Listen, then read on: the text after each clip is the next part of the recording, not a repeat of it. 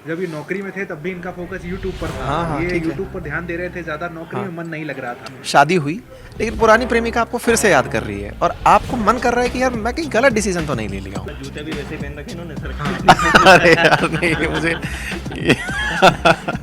Thank you, research अच्छी है और पत्रकारिता बहुत बढ़िया कर रहे हो। कि हर घटना के कुछ कारण हैं और कुछ प्रभाव है, अगर मैं ये जोड़ देता हूँ तो मैं न्यूज़ एनालिस्ट बन सकता हूँ। तो मैं अपने आप को गिलहरी समझता हूँ भारत के निर्माण में और समझता हूँ कि ये काम बड़ा हो जाएगा। चलिए 140 करोड़ में आप रेंचो तलाशने निकलेंगे तो सब लोग बेरोजगार रह जाएंगे। फिल्म में जो दिखाया जा रहा है वैसा होता बिल्कुल भी नहीं है। वो करप्शन ना बोल के प्रैक्टिसेस का हो कि आप किसी होटल में जा रहे हो तो आपको आसानी से एक्सेस मिल जा रहा है, टोल फ्री हो जा रहा है, लोग इज्जत दे रहे हैं, वो प्रैक्टिसेस गलत हैं। कुछ तो वजह रही होगी, यूं कोई बेवफा नहीं होता। ब्रिटिश काल की व्यवस्थाएं बना दी गई है ना, वो ऐसी हैं कि आप इस पद पर आओगे तो ही आपकी बात की वैल्यू है, अदरवाइज कोई मतलब नहीं है। अगर मैं मुख्यमंत्री से मिलना चाहता था या पूर्व मुख्यमंत्री से मिलना चाहता था तो उस समय पर मेरी बात को रखने में मुझे एक पदक्रम को फॉलो करना था, मुझे मेरे सीनियर से परमिशन लेनी, या मुझे विदेश घूमने जाना था तो मुझे इन सब के लिए परमिशन लेनी होती थी। लेकिन वहीं दूसरी तरफ जब मैं नौकरी छोड़ता हूँ तो मैं विदेश भी घूमता हूँ, तो मैं सरकार के भी बहुत नज़दीक जा पाता हूँ, मैं अपोजिशन के भी नज़दीक जा पाता हूँ। जिन लोगों से मेरे काम है मैं बहुत अच्छे से कर पाता हूँ। सरकार का हमेशा से एक मत होता है कि लोगों को शराब नहीं पीनी चाहिए, ये महात्मा गांधी की थॉट प्रोसेस है। वास्तविकता में सरकार चाहती है कि शराब बिके। ये बात थोड़ी फिल्मी है लेकिन सच है कि पुलिस से बड़ा गुंडा कोई नहीं है। नमस्ते, आप देख रहे हैं न्यूज़ 18। मैं हूं हर्षित और मेरे साथ हैं मेरे सहयोगी उत्कर्ष अवस्थी। आज हमारे साथ एक खास मेहमान अंकित अवस्थी, जो सोशल मीडिया पर काफ़ी चर्चित हैं और देश विदेश सहित तमाम मामलों के जानकार हैं। सर, जो अंकित अवस्थी का जो सफ़र है, अंकित इंस्पायर इंडिया कैसे बना हुआ? बहुत बढ़िया, आप ही लोग मोटिवेशन है उसकी।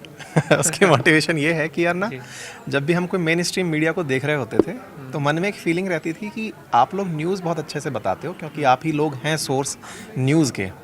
लेकिन कहीं ना कहीं पढ़ाते पढ़ाते मुझे ये समझ में आया कि न्यूज़ समझाने वाला भी कोई चाहिए, क्योंकि इसका बैकग्राउंड भी है और इसका इम्पैक्ट भी है।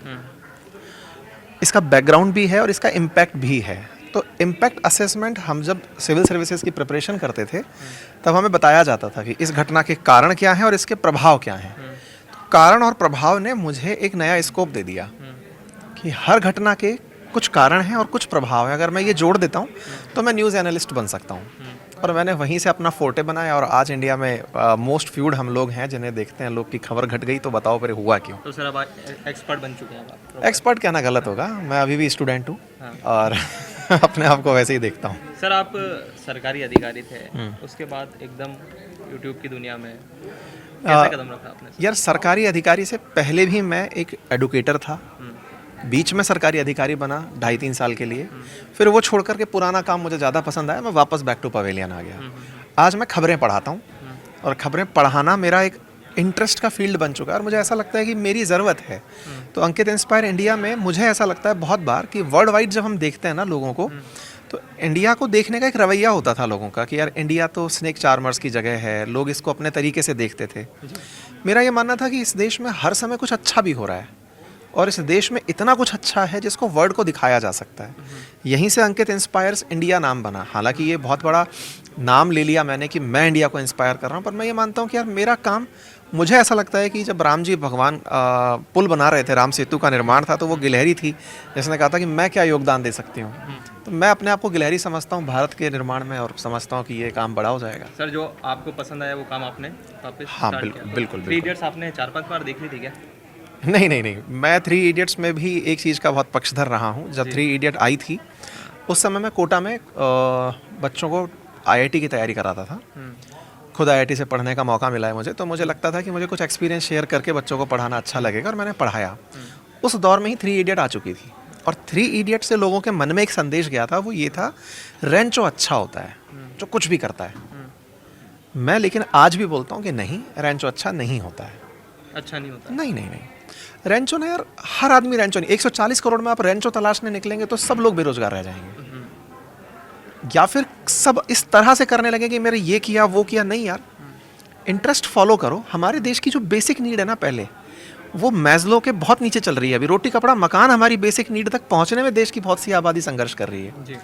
रेंचो एक समय के बाद बनना फिल्म में दिखाया गया क्योंकि हर किसी का वो ड्रीम है। लेकिन मुझे बहुत हद तक लगता है कि इस देश में वो जो रट्टा मार मार के जो साइलेंसर था, वो जो पढ़ रहा था, जो दिखाता था कि देखिए मेरे पास कार है, ये वो है, रियलिटी वही है समाज की। पर देखिए, आपने ड्रीम की ज़रूर बात की, लेकिन मैं ये आपसे समझना चाहूँगा, 3 अक्टूबर 2024 को एक पोस्ट आता है आपके एक्स अकाउंट पर, वर्दीधारी एक वहाँ पर अंकित अवस्थी होते हैं, कहते हैं थैंक यू सो मच, हो गया। 8 नवंबर को हम यहाँ बैठकर बात कर रहे हैं, वर्दी नहीं है, सफ़ेद ये शर्ट वहाँ पर आ गई है। पहले तो उस नौकरी को छोड़ने का डिसीजन, क्या वो 3 अक्टूबर की आप बात कर रहे हैं, क्या वो 2 अक्टूबर को हुआ, ऐसा नहीं है, लंबा समय गुजरा होगा, क्योंकि एक मुकाम हासिल की, नौकरी की, वहाँ पर डिसाइड किया नहीं साहब ये नहीं करेंगे, एजुकेटर बनेंगे, कंटेंट क्रिएशन की दुनिया में उतरेंगे। पत्रकार होने के नाते हमारे पास कई तरह की खबरें सामने निकल कर आई कि भाई जब ये नौकरी में थे तब भी इनका फोकस यूट्यूब पर था, ये यूट्यूब पर ध्यान दे रहे थे, ज्यादा नौकरी में मन नहीं लग रहा था। ठीक है, तो क्या मन नहीं लग रहा था नौकरी में, या फिर था कि भाई करनी नहीं है, ड्रीम अलग है? ये बिल्कुल वैसे है, हालांकि थोड़ा सा मैं साउंड रोकना चाहूंगा, जूते भी वैसे ही पहन रखे इन्होंने सर। अरे यार नहीं, मुझे थैंक यू, रिसर्च अच्छी है और पत्रकारिता बहुत बढ़िया कर रहे हो।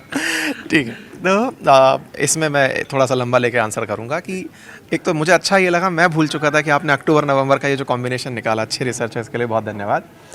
2 अक्टूबर से निश्चित ही प्रेरणा हो सकती है, लेकिन 2 अक्टूबर मेरे जीवन में 35-40 बार आ चुका है, तो ये प्रेरणा कभी कभार आई। तो ऐसे में एक बड़ा सवाल ये था सर कि नौकरी छोड़ने की प्रेरणा में यूट्यूब पर काम करते रहना एक कारक था, तो मैं आंसर करूँगा हाँ, क्योंकि मैं अपने एक काम को 100% अच्छे से नहीं कर पा रहा था, ये सत्य है। अब वो एक काम सरकारी नौकरी भी हो सकता था, उसने मुझे क्यों नहीं खींचा, ये बड़ा सवाल है।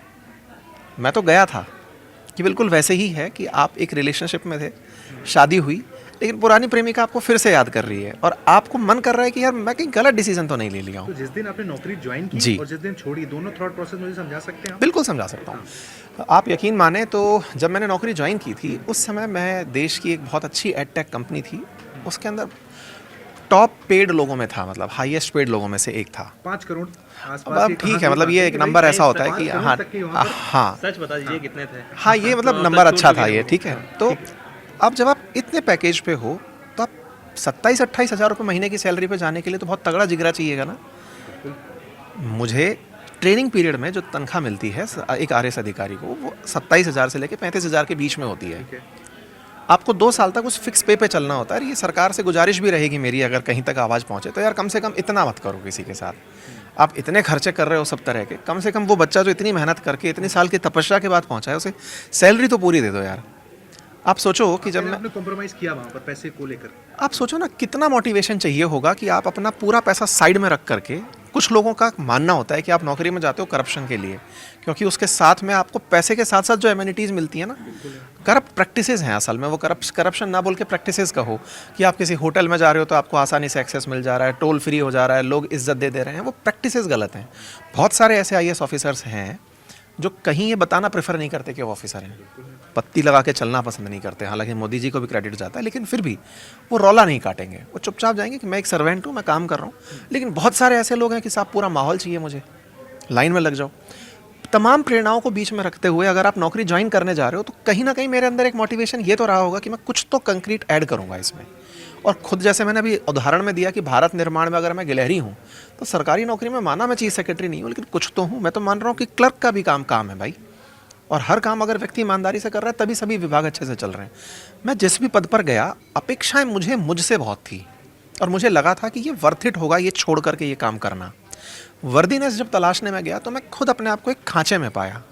जिस व्यक्ति ने अब तक जो मन में था वो सब किया, जिस व्यक्ति की जो तमन्नाएं थी जैसा करता आ रहा था वैसा करता चला गया, अचानक जब वो उस हायरार्की के अंदर जाके सेट होता है तो उसे लगता है कि रियलिटी बहुत अलग है। दुनिया आपको वर्दी में देख करके फील गुड ले रही है कि इनके आगे 3 गाड़ियाँ चलेंगी साहब, ये जब जाएंगे तो माहौल होगा, रेड पे होंगे तो फील आएगी, वो देख कर अच्छा लगता है। लेकिन जब आप खुद उसे धारण करके फील्ड में उतरते हैं ना तो समझ में आता है कि कई तरह की रेस्पॉन्सिबिलिटीज़ हैं, आप बहुत सी चीज़ों में बंधे हैं। फिल्म में जो दिखाया जा रहा है वैसा होता बिल्कुल भी नहीं है। आज सरकार के साथ साथ जनता बहुत अवेयर है, हर व्यक्ति को अपने राइट्स लगभग पता चल रहे हैं thanks to social media also, जिसमें लोगों को ये पता है कि मेरा मोबाइल भी मेरे लिए एक विटनेस है भाई, उठाया फ़ोन और वीडियो बनाया आपका। धीरे धीरे ये समझ में आने लगा कि आप जो करना चाह रहे हो ना इसके बहुत से स्टेप्स हैं, हो नहीं पा रहा है। और मुझे समय इतना कम लगने लगा कि मैं 60 साल की एज में रिटायर्ड होकर के जब वापस आऊँगा तब तक तो दुनिया निकल चुकी होगी। ये वो ट्रेन है जिसमें चढ़ तो गया हूँ, इसका स्टेशन जब आएगा तब तक मेरे अरमान ख़त्म हो चुके होंगे। कह रहे हैं सिस्टम समझ नहीं आया जैसे आप समझने की आशा करके गए थे। मैं कर नहीं पाया कुछ उस सिस्टम के अंदर। सिस्टम तो चल ही रहे हैं ना, सदियों से चले आ रहे हैं। मैं उस सिस्टम में जा करके अपने आप को एक ब्रिक तो बनाया, लेकिन उस दीवार में मेरा ऐड होना और नहीं होना कुछ खास फर्क नहीं डाल पाया। और जब मेरा होना आपके साथ असर नहीं डाल रहा है तो इसको डिसगाइज्ड अनएम्प्लॉयमेंट कहा जाता है, कि आप हो तो भी कोई खास फर्क नहीं पड़ रहा है, आप नहीं हो तो भी कोई खास फर्क नहीं पड़ रहा है। मैं इम्पैक्ट क्रिएशन के लिए निकला हूँ। अगर इम्पैक्ट ही नहीं पैदा कर पा रहा हूँ तो मेरा वहाँ होना गलत था। जब ये समझ में आया कि नहीं, मेरे जाने से भी कुछ हिल नहीं जाएगा, चलते हैं यार, कुछ करते हैं जिससे इम्पैक्ट क्रिएट हो। कोई रिग्रेट भी रहा जाने के छोड़ने के बाद? नहीं, अब तक तो सबसे अच्छा पार्ट ये रहा कि जो शुरुआत में एक डर था कि यार ऐसा ना हो कल को आप इसकी वजह से लोग इस तरह देखें कि यार ये तो यूं ही घूम रहा है। लोगों ने इसके लिए जो कलेजा यूज़ हुआ ना, उसको बहुत रेस्पेक्ट दी कि यार इतने लाखों लोग मेहनत करते हैं तब जाकर के एक व्यक्ति नौकरी पाता है, इतने साल की तपस्या का फल होता है, आप उसको छोड़ के एक सेकंड में निकल ले रहे हो। उसका जो साहस प्रदर्शन था ना, वो आज तक मेरा कॉन्फिडेंस बन गया है और लोग उसे बहुत पॉजिटिव तरीके से ट्रीट करते हैं। जिस समाज का मैं हिस्सा हूँ, जिससे आप, क्योंकि सोशल मीडिया में हो तो सोसाइटी से ही डिराइव्ड हैं आप, वो आपको कैसे देख रही है, उसने जिस सार्थकता के साथ मुझे देखा यार, वो बहुत पॉजिटिव था। ठीक है सर, वो कहते हैं ना, कुछ तो वजह रही होगी, यूं कोई बेवफा नहीं होता। हाँ। तो जो सरकारी नौकरी से जो आपकी बेवफाई थी, हाँ, कुछ तो घटा होगा ना सर, कि जो पसंद नहीं आया, कुछ ऐसा क्षण होगा कि आपको दुखी भी हुआ होंगे, नहीं यार अब मैं नहीं कर सकता। होता है सर, अक्सर होता है यार ऑनेस्टली स्पीकिंग एक हायरार्की होती है सरकारी नौकरी में।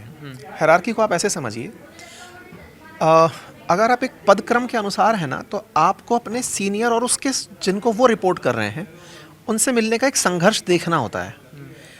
आपको उनसे मिलने में अपनी बात आपको पता है कि मैं पहुंचा सकता हूं, मेरी बात ज़रूरी है, ये बात बहुत कायदे की अगर अपना ली गई तो काम हो जाएगा। लेकिन जो ब्रिटिश काल की व्यवस्थाएं बना दी गई है ना, वो ऐसी हैं कि आप इस पद पर आओगे तो ही आपकी बात की वैल्यू है, अदरवाइज कोई मतलब नहीं है। इस चीज़ को मैंने ना बहुत अंदर तक फील किया। मैंने कहा नहीं यार, ये तो ठीक है, मतलब शासन व्यवस्था को चलाए रखने में, लोक प्रशासन में ये एक व्यवस्था का पदक्रम है, होना चाहिए। लेकिन एक ऐसा मॉडल भी होना चाहिए जैसे यूके ने अपना लिया। यूके को हमने देख करके हमारे संविधान में मतलब संविधान हमने यूके से प्रेरित होकर बनाया, 2/3 आज भी हम उसी को देख के फॉलो करते हैं। लेकिन वो बदलते चले गए, हम उनके दिए हुए अभी भी ओल्ड चीज़ों को ढोते चले जा रहे हैं। मैं उदाहरण के साथ समझना चाहूँगा ताकि दर्शक इस बात को थोड़ा स्पेसिफिकली समझें। स्पेसिफिकली आसान रूप से ऐसे उदाहरण समझो के कि तौर पर कोई ऐसा मैं अगर मैं मुख्यमंत्री से मिलना चाहता था या पूर्व मुख्यमंत्री से मिलना चाहता था, तो उस समय पर मेरी बात को रखने में मुझे एक पदक्रम को फॉलो करना था। मुझे मेरे सीनियर से परमिशन लेनी, या मुझे विदेश घूमने जाना था तो मुझे इन सब के लिए परमिशन लेनी होती थी। लेकिन वहीं दूसरी तरफ जब मैं नौकरी छोड़ता हूँ तो मैं विदेश भी घूमता हूँ, तो मैं सरकार के भी बहुत नज़दीक जा पाता हूँ, मैं अपोजिशन के भी नज़दीक जा पाता हूँ। जिन लोगों से मेरे काम है मैं बहुत अच्छे से करवा पाता हूँ। Breaking the barriers. बैरियर्स। तो मैं उस सिस्टम में सेट नहीं हो पाया, ये मेरी कमी मानते हुए मैं फ़िलहाल निकल रहा हूँ। लेकिन अगर कोई सलाह मांगता है कि क्या इसमें अच्छा हो सकता है, बिल्कुल हो सकता है। नवाचार के तरीके हैं ब्यूरोक्रेसी में भी। जिस तरह से प्राइवेट कंपनी में, जैसे आज आप लोग इतने बड़े सिस्टम का हिस्सा हैं, अगर आप परफॉर्म अच्छा करेंगे तो आपको ऊपर वाले के रिटायर्ड होने का इंतज़ार नहीं करना है। आपका परफॉर्मेंस मॉनिटर हो रहा है, आपके परफॉर्मेंस से आपको जिम्मेदारी मिल रही है। तो प्लीज़ इसे भी इंटीग्रेट कर लीजिए। और हुआ हमारे देश में, आज जो हमारे देश के अंदर जो भारतना कंपनीज चल रही हैं, गवर्नमेंट की जो PSUs चल रही हैं, उसमें इस चीज़ को भी एंटरटेन किया गया है। पर कितने हद तक ये देखने का विषय है। सर, एक सवाल था कि इस देश को सरकारी अधिकारियों की ज़्यादा ज़रूरत है या जो एक्सपर्ट हैं उनकी? दोनों की। जी। देखो, सरकारी नौकरी आपको केवल तनख्वाह नहीं देती, वो सरकारी हो आप इसका एक विश्वास देती है। सरकार के नुमाइंदे हो आपको ये विश्वास देती है, जनता को देखने का नज़रिया देती है। जनता जब आपको देख रही होती है तो वो ये मानती है कि ये गवर्नमेंट रिप्रेजेंटेटिव्स हैं हमारे सामने, वो आपसे लड़ाई नहीं कर रहे होते। जब जनता आपको पत्थर मार रही होती है या आपसे शिकायतें कर रही होती है तो वो आपको नहीं कर रहे हैं, आपको जानते ही नहीं है। वो ये मानते हैं सरकार खड़ी है सामने। तो इसका मतलब एक्सपर्ट्स की जहाँ तक बात है, सरकार उन लोगों के थ्रू ये काम कराए। सरकारी नौकरी का मैं कतई खिलाफ नहीं हूँ, सरकारी नौकरी तो होनी चाहिए ना, सरकार का अपना एक डिपार्टमेंट होना चाहिए भाई। आज जो ये सब हम जब बोलते हैं कि हमारी कंपनी में इतने लोग काम कर रहे हैं, जरूरत किसको इस देश में? दोनों की ज़रूरत है। आप किसी एक के थ्रू नहीं चल सकते ना सर। एक्सपर्ट्स भी रखती है, आपको शायद जानकारी हो, राजस्थान में बहुत सी जो ये बिग 4 कंपनीज़ हैं, ये कंसल्टेंसी दे रही हैं सरकार को, और बढ़िया कंसल्टेंसी देती हैं, एक्सपर्ट्स के तरीके से देती हैं और बहुत काम को फैसिलिटेट करती हैं। आज केंद्र सरकार में बहुत सी कंपनियां काम कर रही हैं, प्राइवेट कंपनी है, एक्सपर्ट्स ओपिनियंस देती हैं। दोनों की ज़रूरत है। नौकरी के दौरान घूस की पेशकश भी हुई होगी यार, कुछ पद ऐसे हैं, अब तो बोल सकते हैं ना, भूल गए आप, अब तो ये बहुत कॉमन चीज़ है यार। मतलब ये ऐसी चीज़ है कि हमारे देश के अंदर इसको ऐसा माना जाता है कि अगर एक बहुत अच्छी मूवी है कोई न्यूटन ऐसा करके। वाकया बता दीजिए सर, थोड़ा इंटरेस्टिंग, कभी ऐसा हुआ? मतलब कैसे डाला आपको आपने रस लेने के लिए हाँ, रस, बिल्कुल बात रस। चाहिए तो बात अलग है। नहीं, आजकल रीलें कट जाती है ना। आजकल लोग कहते हैं कि भाई मुझे शॉर्ट में 60 सेकंड में आपने बता दिया, हमने निकाल लिया। 60 सेकंड का तो आंसर ये है कि यार हमारे काम कराने के तरीकों में बोतल सबसे इंपॉर्टेंट चीज़ होती है कि साहब एक बोतल दी, ये काम हो जाएगा। और वो बोतल ही है जो पूरा सिस्टम को डुलाती है, जुमा देती है। डुलाती है साहब, वो इधर से उधर घुमाती है। तो अल्टीमेटली यार मेरा विभाग ही बोतल डिलीवरी का था, मतलब बोतल की सुरक्षा कैसे हो, और एक्साइज था मेरा, आबकारी था। सेंटर एक्साइज अलग होती है, वो उत्पाद पे काम करती है, हम लोग शराब पे काम करते हैं। और शराब का काम ऐसा है ना कि आप जब भी किसी से भी मिल रहे हो और आपने किसी को बता दिया कि मैं शराब के विभाग से हूँ, वो आपका हाथ देखेगा खाली क्या हाथ लाया आप है, नहीं जा सकते। तो खाली हाथ आया क्या। और मेरे साथ आज तक दुर्भाग्य ये रहा कि मुझे शराब के विभाग में होकर के भी शराब की जानकारी नहीं है, मैंने कभी कंज्यूम नहीं की। तो अपने आप को ऐसा फील किया कि यार ये मुझे जानकारी रखना भी पाप का भागीदार बनाएगा। एक होता ना एथिक्स, मेरे साथ आड़े आ रहा था बार बार। विभाग कह रहा है, बड़ा आयरनी देखिए आप, सरकार का हमेशा से एक मत होता है कि लोगों को शराब नहीं पीनी चाहिए, ये महात्मा गांधी की थॉट प्रोसेस है। वास्तविकता में सरकार चाहती है कि शराब बिके। सरकार का राजस्व का बड़ा सोर्स है आफ्टर कंज्यूमर, ये जो अपना सेल्स टैक्स और ये टैक्स आते हैं, जीएसटी और टैक्स जो आते हैं सरकार के, जो खुद के स्टेट टैक्स हैं, उसके बाद दूसरा बड़ा राजस्व का जो स्रोत है वो शराब है। सरकार आपके सामने क्या दिखाती है कि 8 बजे बाद दुकान मत चलाना। दुकानदार से अगर आप पूछ लोगे तो वो कहेगा 8 बजे बाद अगर मैंने दुकान नहीं चलाई तो मैं मर जाऊंगा। इंटरेस्टिंग पार्ट क्या है कि शराब की दुकानें के जो शटर लगे हुए हैं ना, उन शटर के पीछे से शराब बिकती है, ये उस पूरे क्षेत्र के एसएचओ जानते हैं, हमारे आबकारी के अधिकारी जानते हैं, ऊपर के वो सारे आका आपके साथ हमेशा चिंता में रहते हैं। क्या होता है ना जी, जैसे आज मुझे पता है मेरा काम था अवैध रूप से शराब ना बिके, मेरा काम प्रिवेंशन का था कि मुझे रोकनी है, नकली शराब ना बिके, अवैध रूप से शराब ना बिके, सरकार के राजस्व की क्षति ना हो। राजस्व सरकार के लिए जरूरी है, मेरा काम है राजस्व के अंदर क्षति ना हो। अब मैं ये बता पा रहा हूं कि देखिए ये अवैध रूप से शराब बिक रही है, हमारा लाइसेंस परमिशन कहता है कि 8 बजे बाद शराब नहीं बिकनी चाहिए। आपने अगर उस दुकान पर रेड कर दी तो आपको नहीं पता है कितने बड़े बड़े आकाओं के फोन आएंगे आपके पास। तो आप कह रहे हैं कि आप अधिकारी होते हुए भी रेड करने के लिए स्वतंत्र नहीं है? नहीं है, कोई अधिकारी नहीं सरकारी है। अधिकारी आएंगे, कह देंगे भाई आपने रेड क्यों की, ऐसा ही होता आपने है। छापा क्यों मारा? अरे यार आप लोग तो रिपोर्टर हो ना, ग्राउंड में घूमते हो ना, मैं आपको राजस्थान में मेरे साथ चलो, जयपुर लेके चलता हूँ, आपको मैं दुकान बताऊंगा कि ये रही दुकान, कर लो इसका पूरा परीक्षण कर लो, मैं अभी आपको ला के देता हूँ बोतल, यहाँ पे मिलेगी, मैं कोई परिचय नहीं दूंगा, आप खुद, ये ओपन सीक्रेट है यार। और फिर बात कर रहे हो भ्रष्टाचार होता है कि नहीं होता है। भ्रष्टाचार के किस्से सुनना चाहते हो, आंखों के सामने रिपोर्ट्स पड़ी हैं, क्या करोगे आप? ऐसी रिपोर्ट्स 4 दिन करके देख लो, इसलिए आप छोड़ के निकल गए थे। ये आप समझो यार, मतलब दुनिया को आप एथिक्स पढ़ा रहे हो, बीइंग ए टीचर आपने पूरे समय एथिकल बातें करने की सोची, और प्रैक्टिकली आप बात क्या कर रहे हो कि हाँ साहब, हाँ ठीक है सर, ठीक है सर। क्यों? क्योंकि उसको पता है आपकी नस कौन सी दबानी है, उसको भी पता है कि इसका ट्रांसफर एक बार कर दिया ना, इसका पूरा घर हिल जाना है, इसकी सारी दिक्कतें हो जाएंगी। और एक गवर्नमेंट सर्वेंट ना जब स्टार्ट में जाता है ना, तो बन के जाता है सिंघम की, मैं जाकर के बिल्कुल मचा दूंगा। जब वहाँ पहुँचता है ना, तो असली सच्चाई से सामना होता है। और सच्चाई क्या है? मेरे बच्चे शहर में पढ़ लें साहब, मैं कंफर्ट की जिंदगी रह लूँ साहब, नेताजी मेरा फोन उठा लें साहब, मैं सीधी बातचीत कर लूँ साहब, ये निकल गया। वो जो हमारे दर्शक फिल्मों में देखते हैं कि हाँ। कई दफा कुछ क्रांति करने की कोशिश की जाती है, कुछ फोन आते हैं, उसके हाँ। बाद आपकी क्रांति को दबा दिया जाता हाँ। है, कहा जाता है कि आपका बच्चा 1 बजे स्कूल से आएगा, मुझे टाइम पता है। हाँ, वो जो कहानियां फिल्मों में दिखाई यार जाती है, एटलीस्ट राजस्थान में ऐसा नहीं होता है। मतलब मैं और जगह की मैं बात नहीं जानता, राजस्थान में ऐसा नहीं होता। राजस्थान में क्राइम इतना भी नहीं है कि आपको डरा दिया जाए, पुलिस बहुत मजबूत है। पुलिसिंग अगेन ये बात थोड़ी फिल्मी है, लेकिन सच है कि पुलिस से बड़ा गुंडा कोई नहीं है। अगर पुलिस वाकई में चाह ले तो कोई भी अपराधी पर ना निकाल पाए। अब ये वाकई में चाहना जो है ना, ये पॉलिटिकल विल पर डिपेंड करता है कि सरकार क्या चाहती है। सरकार अगर कह देना कि इस आदमी को खत्म करना है तो वो खत्म ही है। एक छोटा सा एग्जांपल देता हूं, मतलब इसको आप बहुत अच्छे से समझ पाएंगे और सर्वे करिएगा। एक टाइम पे लॉरेंस बिश्नोई ये पूरी तरह सुर्खियां था, आपके सोशल मीडिया फीड पे आप नाम दिखा दो, कहां है, अचानक गायब हो गया है। करिश्मा खत्म नहीं हो गया है, डर खत्म नहीं हो गया है, सोशल मीडिया मैनेज हो गया है, कीवर्ड्स हट गए हैं। आज जिस तरह से आप लोग अगर ऑब्जर्व करें कि आतंक शब्द आपने अगर टाइटल में डाल दिया, आपका वीडियो नहीं उठेगा। आपने अगर लाइव एक्सीडेंट दिखा दिया, वीडियो को साइडलाइन कर दिया जाएगा। नहीं, पॉलिसीज हैं, गाइडलाइंस हैं, कम्युनिटी गाइडलाइंस। तो कम्युनिटी गाइडलाइंस में सरकार चाहे जो कर सकती है यार। जब वो व्यक्ति उठ रहा था तो सरकार पर आक्षेप आ रहे थे बराबर, केंद्र सरकार पर, कि केंद्र सरकार की शय से ये आदमी उठ रहा है। सरकार ने सोचा कि यार ये उठ कौन से कोने से आ रहा है, बोले यार ये सोशल मीडिया से उठ के आ रहा है। बस एक कीवर्ड ही तो डालना था कि भाई सुनो ये कीवर्ड डाल देना इसमें, वो खत्म हो गया।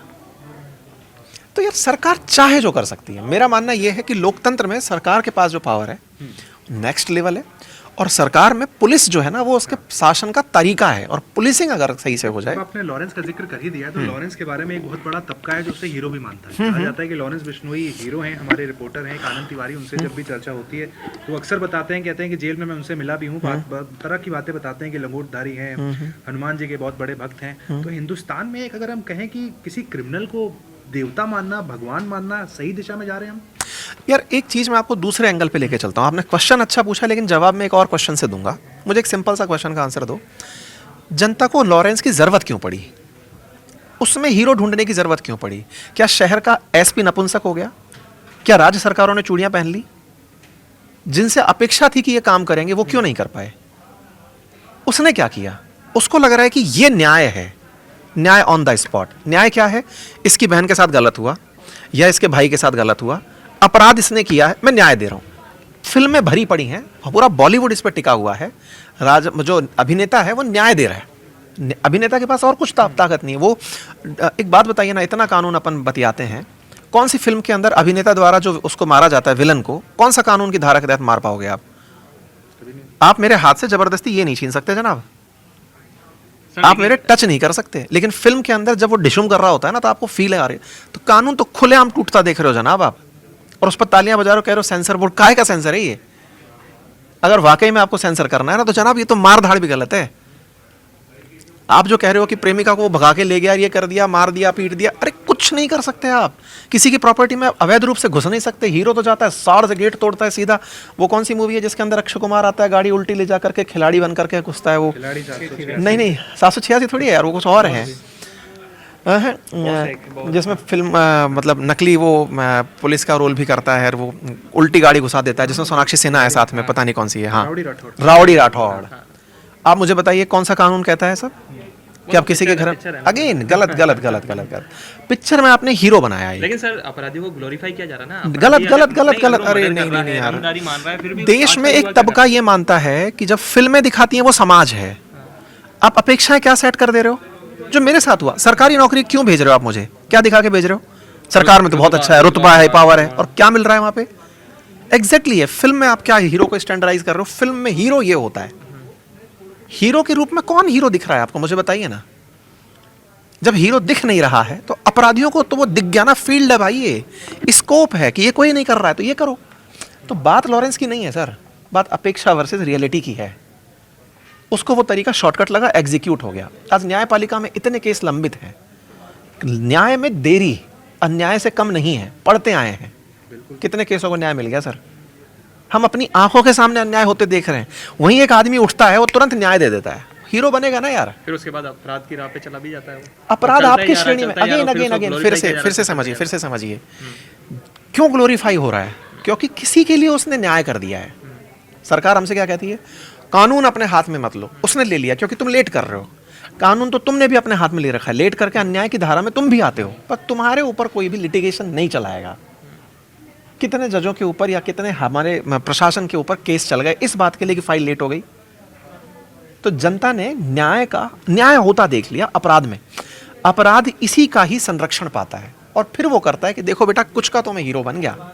और लोकतंत्र है, लोकतंत्र में 51% भी अगर मेरे साथ है ना, तो 49% पे तो मैं राठौड़ी कर लूंगा। कातिल को जमानत मिली, मानो कत्ल की फिर इजाजत मिली, लगातार वो करता है। ट्रू, 49% पर राज करना है 51 के साथ, ये लोकतंत्र की ताकत नहीं, कमजोरी है। और हम 2025 में बैठे हैं। ये सारे एग्जांपल अगर हम उठाकर देखें तो 80s 90s से चले आ रहे हैं तमाम गैंगस्टर, फिर आगे चलकर वो एमपी बने, उसके बाद उन्होंने ऑपरेट किया वहां पर। लॉरेंस भी हम कह रहे हैं उसी दिशा में जा रहे हैं। मैं आपसे केवल बोल रहा हूं कि 51% का खेल है ना सर, बहुमत का खेल है ना। लोकतंत्र और भीड़तंत्र की जो बहस है ना, उसमें एक बड़ी बहस है ये कि किसके साथ कौन है। अपराधियों को जब आप एप्रिशिएट करने लगेंगे, अपराध को आपने डिग्निफाई कर दिया, तो आपको समझ में आ जाना चाहिए कि आपने एक अलग राह पकड़ ली। एक बहुत अच्छी फिल्म है अपहरण करके नाम से है, अगर मैं सही हूँ, अपहरण। उसमें क्यों वो व्यक्ति जो एसआई की परीक्षा की तैयारी कर रहा था, सब इंस्पेक्टर बन गया था, भ्रष्टाचार के कारण नहीं बन पाया, अचानक वो अपराधी बन जाता है और उसको फिर अपनी राठौड़ी दिखने लगती है कि अब तो मैं नेता भी बनूंगा। तो यार ये बड़ी बहस है, और इस बहस को अगर वाकई में दूर करना है ना, तो लोकतंत्र की आधारभूत संरचना में जो सबसे ज़्यादा ज़रूरी चीज़ है मेरी नज़र में, सबके लिए अपने अपने पैरामीटर्स होते हैं, मेरी नज़र में है इक्वालिटी। लोकतंत्र अगर अच्छे से चाहते हो तो इक्वालिटी ले आओ। इक्वालिटी आएगी तो जनता लोकतांत्रिक मूल्यों को समझना शुरू करेगी। आपकी बात का वजन और आपके एम्प्लॉय का वजन बराबर होने लगेगा। आज इस कंपनी के जो ऑनर होंगे और आप एम्प्लॉय जो हैं, अगर आपसे दोनों का से पूछा जाए कंपनी के भविष्य के बारे में, तो आपको वो तवज्जो नहीं मिलेगी जो बॉस को मिलेगी। लेकिन इस देश के बारे में पूछा जाए तो आपके बॉस का वजन और आपके बात का वजन सेम रहेगा। यानी कि कहीं तो आधारभूत रूप से गड़बड़ हो रही है। देश बड़ा या कंपनी बड़ी, तो समझ में आता है कि कंपनी के इतिहास में तो कंपनी बड़ी।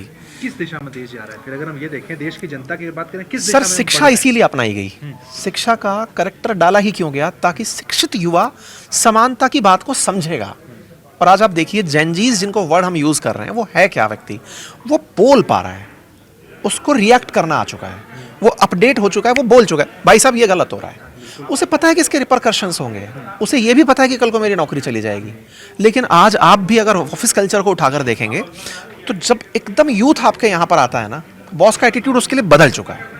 उसको लगता है भाई इससे 9 to 5 के अलावा 1 मिनट भी बोल दिया तो रेजिग्नेशन जेब में लिए घूम रहा है कि ये पकड़ो और कुछ कर लेंगे।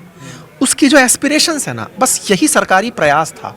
देश में तमाम प्रयासों में जो सबसे बेहतरीन प्रयास है वो शिक्षा का ही है, जिस शिक्षा ने लोगों को ये समझ दी कि मेरे अधिकार क्या हैं। और जब व्यक्ति अधिकारों की बात करने लगता है ना, तो फिर काम छोटे बड़े नहीं रह जाते, व्यक्ति हो जाता है। देश के अंदर ये भी होता है कि जो सरकारी नौकरी है, 50-100 सरकारी नौकरी, उसके लिए युवा, हजारों युवा सड़क पर आ जाते हैं, आंदोलन हो जाते हैं। लेकिन कभी देश का युवा एआई बनाने के लिए, कभी इन चीज़ों के बारे में नहीं सोच पाता है कि बिजनेस के बारे में कि हम कुछ डेवलप करें। तो ये कहाँ कमी रह जाती है? क्योंकि चाहे आप कहीं भी देखें तो वो एक नौकरी की तलाश में रहता है कुछ। इसको हम ऐसे कहें, एक्सपोजर है ना सर। जी। जैसे आज आपसे मैं आपकी बातें करूं, हम लोग जो भी हमारी ऑडियंस हमें सुन रही है, हम ये एक दूसरे की बातें इसलिए कर पा रहे हैं क्योंकि कहीं ना कहीं हम अपने ही उदाहरण से समझ पाएं। जैसे मेरा एक्सपोजर क्या रहा, मैं अपनी बात करता हूं।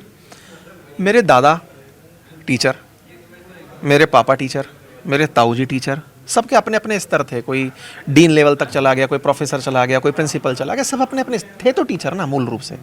मेरा एक्सपोजर कहाँ रहा? एक ऐसी कम्युनिटी में जहाँ पे टीचर्स थे। अपन जैन कम्युनिटी में चलते हैं।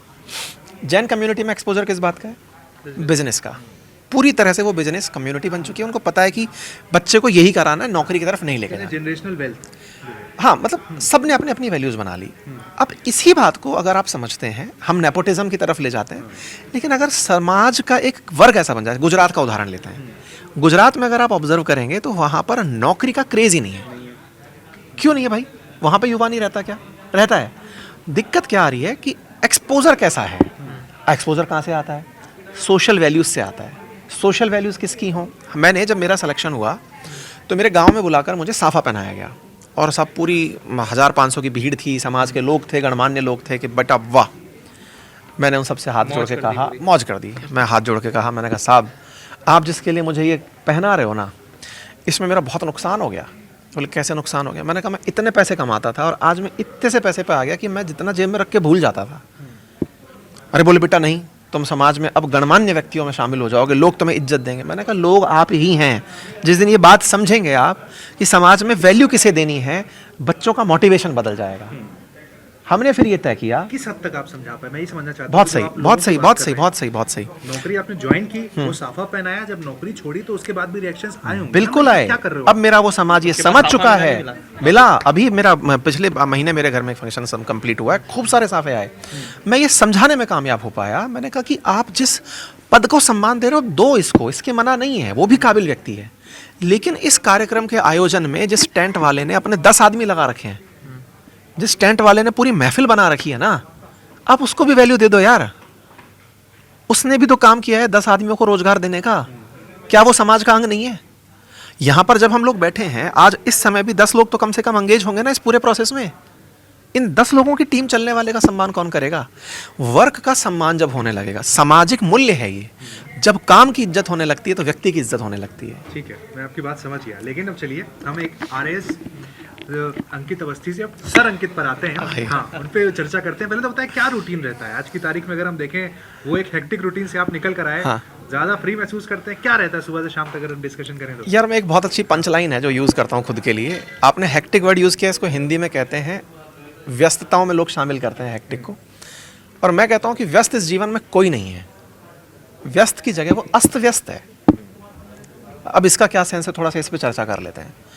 मेरा अगर प्रबंधन बेकार है ना, तो मैं फिर अस्त व्यस्त ही प्रतीत होऊंगा, और मैं आपको आंसर हमेशा यही दूंगा कि मैं व्यस्त हूँ। हर्षित जी ने मुझे बुलाया, मैंने कहा कि इस दिन हम मिलेंगे। इन्होंने बुलाया, उससे पहले मैं टाइम पर कॉल करके इनके पास खड़ा था। हर्षित जी ट्रू? जी बिल्कुल। घड़ी मैच करेंगे तो 1 मिनट पहले था मैं, जबकि मेरी दिन भर की व्यस्तताएं मुझे पता थी, मुझे यहाँ से जाने के बाद का भी काम पता है। तो प्रबंधन अगर उचित है ना, तो हेक्टिक चीज़ें शब्द गलत हो जाता है। तो रही बात इसकी कि पहले क्या होता था और अब क्या हो रहा है। पहले मैं अस्त व्यस्त था, क्यों? क्योंकि मेरे समय का प्रबंधन कोई और कर रहा था। अब मैं अस्त व्यस्त की जगह व्यस्त हूँ और अपने काम को अपने हिसाब से प्रबंधित करता हूँ, इसलिए खुश हूँ। क्या बात है। सर आपने जेनजी की बात करी, चाहे नेपाल से जो प्रोटेस्ट स्टार्ट हुआ था, उसके बाद मोरक्को में हुआ, फिलीपींस में हुआ, मेडागास्कर हुआ, तो दुनिया के तमाम देशों के अंदर आप एक्सपर्ट भी हैं, विदेश मामलों के जानकार हैं, मतलब सोशल मीडिया पर तो लोग स्टूडेंट आपको हूँ मैं, tagline हाँ, डालते ठीक हैं है, कि ठीक है, विदेश- हाँ। विदेशी मामलों के जानकार अंकित सर, ठीक तो है। थोड़ा विदेशी मामलों पे आ जाते हैं। हाँ। तो जो जेनजी प्रोटेस्ट हुआ, बहुत से कहते हैं कि इसके पीछे डीप स्टेट भी है, तो आप एक बार डीप स्टेट हाँ, और हाँ। जेनजी प्रोटेस्ट को समझा दीजिए कि क्या हाँ, कितना ऑडियंस अंतर के है। हिसाब जी। से हम जेनजीज भी समझा देते हैं और हम डीप स्टेट भी समझा देते हैं। देखिए, डीप स्टेट कहा जाता है सरकार से इतर वो लोग जो सरकार चलाते हैं, ठीक है। उसे डीप स्टेट कहा जाता है। मतलब स्टेट का मतलब होता है सरकार। इंडियन पॉलिटी, भारतीय राज व्यवस्था या संविधान की भाषा में स्टेट शब्द जो यूज़ किया गया है वो सरकार के लिए किया गया, राज्यों के लिए नहीं किया गया है। पहले ये समझिएगा। जब हम अपनी इंडियन पॉलिटी की मतलब संविधान की पुस्तक उठाएंगे, उसमें हर जगह स्टेट शब्द है, स्टेट वर्सेस ये, स्टेट के लिए ये, to the state, for the state, ये सब चीज़ें। तो सरकार तो हो गई वो जो शासन में है। एक शब्द है डीप स्टेट। अब ये क्या है? जब सरकार के भीतर से, यानी कि एक ऐसी सरकार जो आपको दिख नहीं रही है लेकिन चला रही है। सरकार में आप टारगेट कर पाते हो कि मोदी जी ने ये गलत कर दिया, आगे रक्षा मंत्री ने ये गलत कर दिया। डीप स्टेट में आप टारगेट ही नहीं कर पाते। तो फिर वो लोग कौन होते हैं? वो लोग वो होते हैं जिनके स्टेक बड़े हैं। वो क्रॉनिक कैपिटलिस्ट भी हो सकते हैं, वो बड़ी बड़ी गुप्तचर एजेंसीज हो सकती हैं, वो पॉलिसी मेकर्स हो सकते हैं, वो देश के लिए डिसाइड करने वाले पोलित ब्यूरो के सदस्य जैसे लोग हो सकते हैं, जो दिख नहीं रहे हैं लेकिन प्लान कर रहे हैं। क्या वो इल्यूमिनाटी होते हैं? नहीं। आज हमारे देश में हम जानते किन्हें हैं, जो पब्लिक फिगर्स हैं। लेकिन क्या पब्लिक फिगर्स ही काम करते हैं क्या दिन भर? नहीं साहब, वो एग्जीक्यूशन के लिए किसी और को छोड़ के आए। वो जो व्यक्ति है ना, जो थॉट दिया था उनके दिमाग में, अगर उसका नेक्सस इतना भारी हो जाए कि वो इन्हें चलाने लगे कि सर ये फैसला लेना है, दैट इज डीप स्टेट। ये कंसेप्ट अमेरिका से आया। अमेरिका ने समय के साथ ये पाया कि हमें यूएसएसआर से बड़ी चुनौती है, सोवियत रूस से बड़ी चुनौती है, जब सेकेंड वर्ल्ड वॉर हुआ, कि हमारी थॉट प्रोसेस में साम्यवाद अटकेगा, साम्यवाद पूंजीवाद के खिलाफ जा रहा है, तो हमें इसको रोकना होगा। तो कुछ ऐसे लोगों को ताकत और दे दी गई जो गुप्तचर से एजेंसी से जुड़े हुए थे कि तुमको जो ठीक लगे करो, तुम्हारे ऊपर एथिक्स और कानून लागू नहीं होगा। अगर तुम्हें सामने वाले को तोड़ने के लिए सेक्सटॉर्शन का यूज़ करना है, करो, हम तुमसे एथिक्स का उपयोग नहीं लेंगे।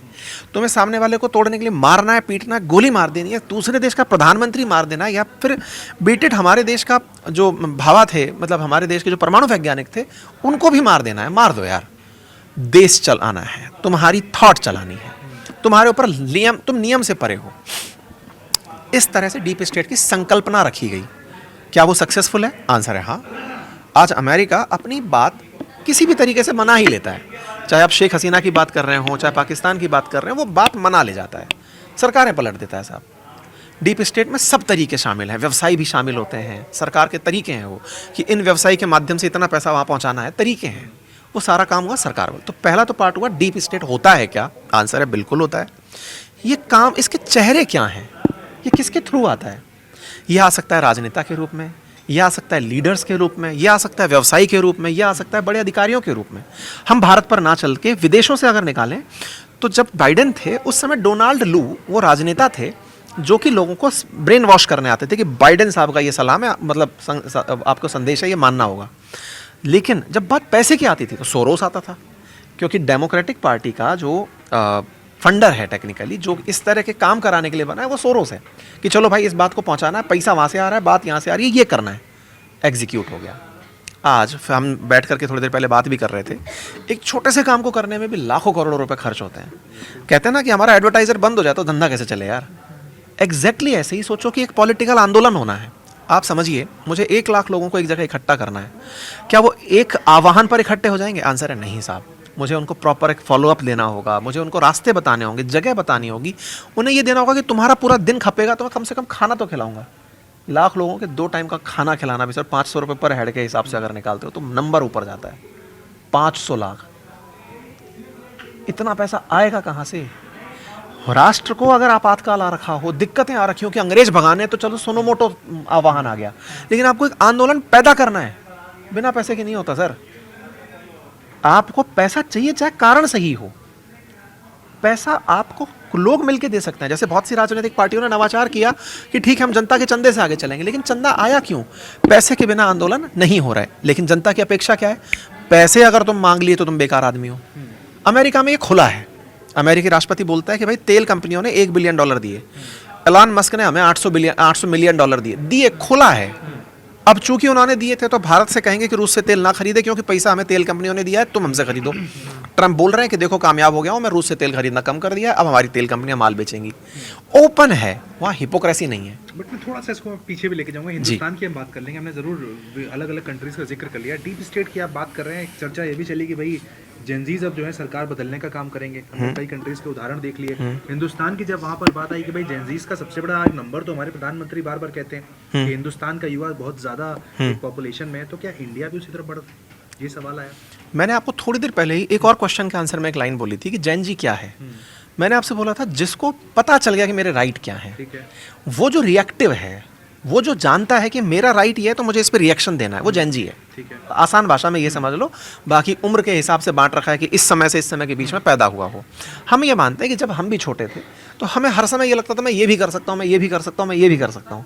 उम्र बढ़ती चली गई, हमारे ऑप्शंस कम होते चले गए, हमारे अंदर का डर बढ़ता चला गया। तो एक युवा जो कि अवेयर हो चुका है, अपडेटेड हो चुका है, that is Gen Z nowadays. लेकिन सर आप तो कर रहे हैं ना, मैं ये भी कर सकता हूँ, वो भी कर सकता हूँ। अरे नहीं, मैं कुछ नहीं कर रहा हूँ सर, मैं मेरा छोटा सा गाँव है, मैं उसको बड़ा कर रहा हूँ बस।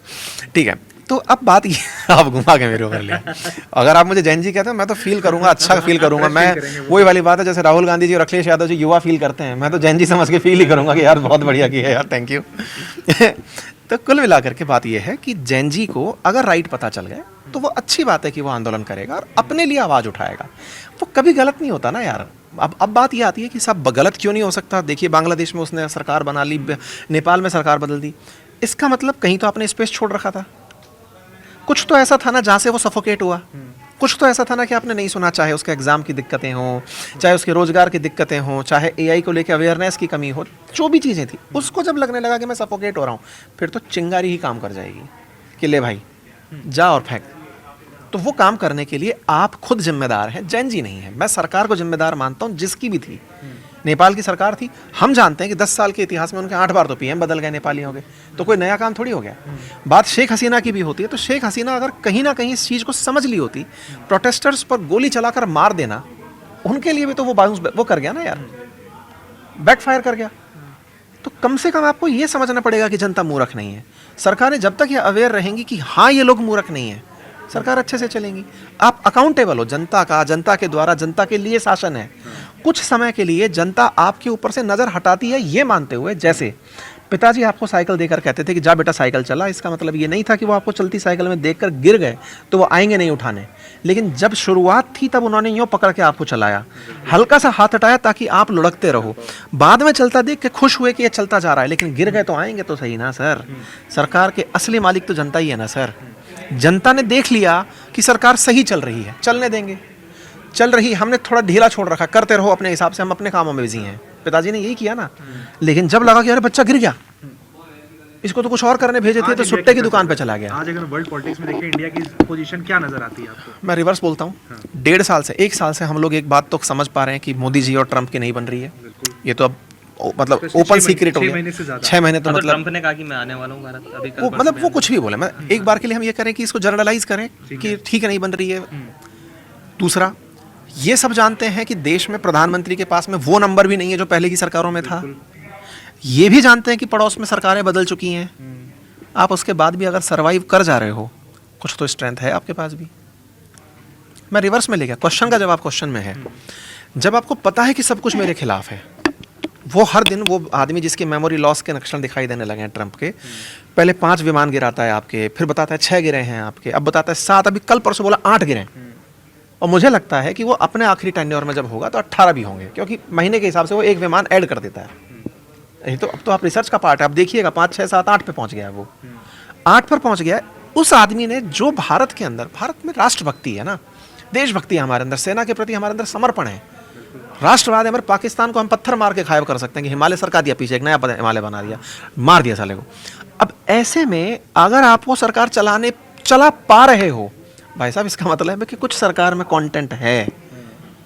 वो अगर चल पा रही है इसका मतलब कुछ उसने अच्छा कर रखा है। Specially foreign policy. सर देखिए, केवल फॉरेन पॉलिसी सरकार नहीं चलती है। मैं आपको केवल ये बताऊं कि सर हम अमेरिका से कैसे अच्छे हैं, नहीं भाई। आपको जीएसटी में रिफॉर्म लाने होंगे। देश ने बम्पर खरीदारी की है, 4.5 लाख करोड़ का पिछली बार हमने खरीदारी की थी, इस बार 6.25 लाख करोड़ की खरीदारी की है। देश इन्वॉल्व हो रहा है ना, पॉलिसी के अंदर टैक्सेशन में रिलीफ दिया ना आपने।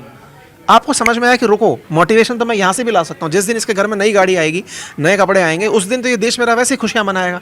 आपने उसके टैरिफ का तोड़ आपने खुद से दे दिया कि चलो कम से कम यूटिलिटेरियनिज्म बढ़ जाए, भले ही रेवेन्यू ना बढ़े, स्टॉक्स तो हाई जाएंगे हमारे। आज बाजार में ट्रंप इफेक्ट के बावजूद मार्केट फिर से 85,000 टच कर गया। इसका मतलब क्या भाई, पिछली बार जब ट्रंप के टैरिफ आए थे आप 72,000 टच कर गए थे बीएसई में।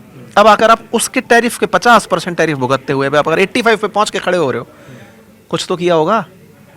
हवा में तो नहीं चल रही है, आपको पूरी तरफ माहौल तो नेगेटिव सुनने को मिल रहा है। कंपनियां परफॉर्म कैसे कर रही हैं आपके ट्रस्ट पे, स्टॉक में आप पैसा लगा रहे हो तभी तो ऊपर चल रहा है। स्टॉक ऊपर कैसे चल रहा है, आपसे शॉपिंग कर रहे हो। शॉपिंग क्यों कर पा रहे हो, क्योंकि सरकार ने टैक्स कम किया है। और जब सरकार ने टैक्स कम किया है तो क्या हो रहा है। रिजल्ट हम देख रहे हैं। सर आपने ऑपरेशन सिंदूर की बात की है, 4 दिन के अंदर ऑपरेशन सिंदूर युद्ध खत्म हो गया। रशिया यूक्रेन का वॉर अभी तक चल रहा है, लगभग 2 साल के ऊपर होने आए। तो आप ऑपरेशन सिंदूर को कैसे देखते हैं सर आपने, कि 4 दिन के अंदर पाकिस्तान को बैकफुट पे लाके ठीक है कर दिया हमने जो करना था। ट्रंप कितना ही पागल आदमी हो, उसकी एक बात की समझ की तारीफ आपको करनी होगी।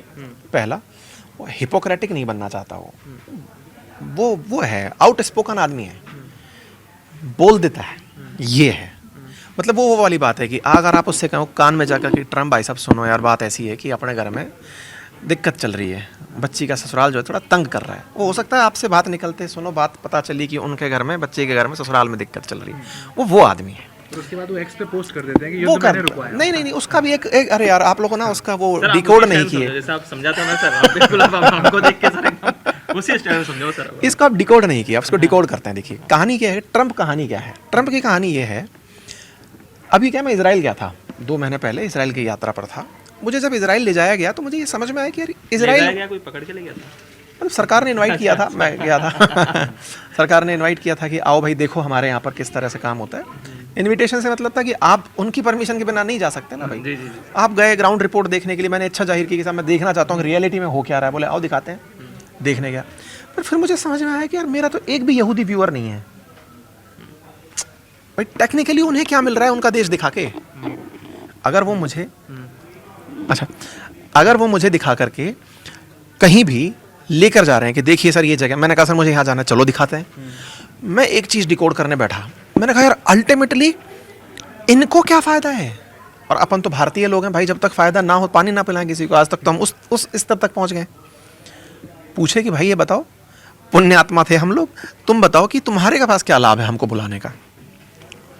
दिमाग लगा तो समझ में आया कि उनके लोग कम हैं। नैरेटिव अगर बनाना है तो उनको लोगों की ज़रूरत है। देखो ये हार्श रियलिटी है, इसको थोड़ा सा हमें स्वीकारना होगा। हम भारतीय नंबर्स में ज़्यादा है ना, ये हम अपनी वैल्यू नहीं करते। अमेरिका के सारे सोशल मीडिया प्लेटफॉर्म पिट जाएं अगर रीच ना हो, रीच हम हैं। आज इजराइल से ज़्यादा इजराइल के विषयों पर इंटरेस्ट भारतीय लोग लेते हैं, क्योंकि वो आतंक से पीड़ित रहे हैं। वो जोड़ पाते हैं कि तुम भी हो तो हम भी, हम रिलेट कर पाते हैं, हम उनकी बातों में रिलेट कर पाते हैं कि अच्छा तुम्हारे साथ ऐसा हुआ तो गलत हुआ है भाई। ये जब हमको इस तरह से देखा जाता है तो उनकी बातों को ग्लोबल मंच मिलता है। एल्गो बेस्ड है ना साहब, ट्विटर वगैरह। वो ये थोड़ी है कि साहब इनका बोला है तो 500 लोग ही देखें तो ठीक है, उनका बोला 5 मिलियन देखें तो ठीक है। नहीं, वो तो एल्गोरिदम सबको इक्वालिटी पे आ गई बात। वो समानता का भाव लाती है कि ट्रंप बोल रहा है या मोदी जी बोल रहे हैं, कितने लोगों ने देखा वो बोलो। ट्रंप इस चीज़ को डिकोड कर गए, क्योंकि ट्रंप का भी तो इजराइलियों के साथ अच्छा नाता है ना। ट्रंप डिकोड कर गए कि मुझे अगर ग्लोबल लीडर बनना है तो जैसे खाना अच्छा बनाना हो, है ना, अपने घर में कहावत होती है कि अब क्षेत्रीय भाषाओं में कहते हैं कि घी सुधारे खिचड़ी और नाम बहू को होए। मतलब खासियत खाने में तो घी ने सुधार दी, या फिर कह दो कि लाखों की आपने मिठाई मतलब हलवाई से काम में सब्जियां बनवाई, लेकिन नमक डालना भूल गए तो सब बिगड़ गया। ट्रंप को नमक समझ में आ गया और घी समझ में आ गया। उसने कहा ओहो, इस खेल में घी जो है वो है भारत और नमक है पाकिस्तान। मैं कुछ भी बोलूं, मैं दुनिया भर की कितनी भी कॉन्फ्रेंस करूं, कोई नहीं सुनेगा, बस इसमें भारत पाकिस्तान डाल दो। ये कीवर्ड है जी। आपने अभी थोड़ी देर पहले जब बिहाइंड द सीन हम चर्चा कर रहे थे तो कुछ एंकर्स की बात कर रहे थे कि फोटो डाल दो तो लोग देखने में इंटरेस्ट रखते हैं। ट्रंप ने वहां बैठ के ये समझ ली कि मैं प्रेस कॉन्फ्रेंस करूं युगांडा की, लेकिन उसमें बोल दूं भारत पाकिस्तान के 9 बम 8 जेट गिरे थे। फिर लोगों ने कहा सर सुनो, 7 पे भीड़ नहीं आ रही आजकल, 8 बोलो, 8 चर्चा में आओगे आप फिर से।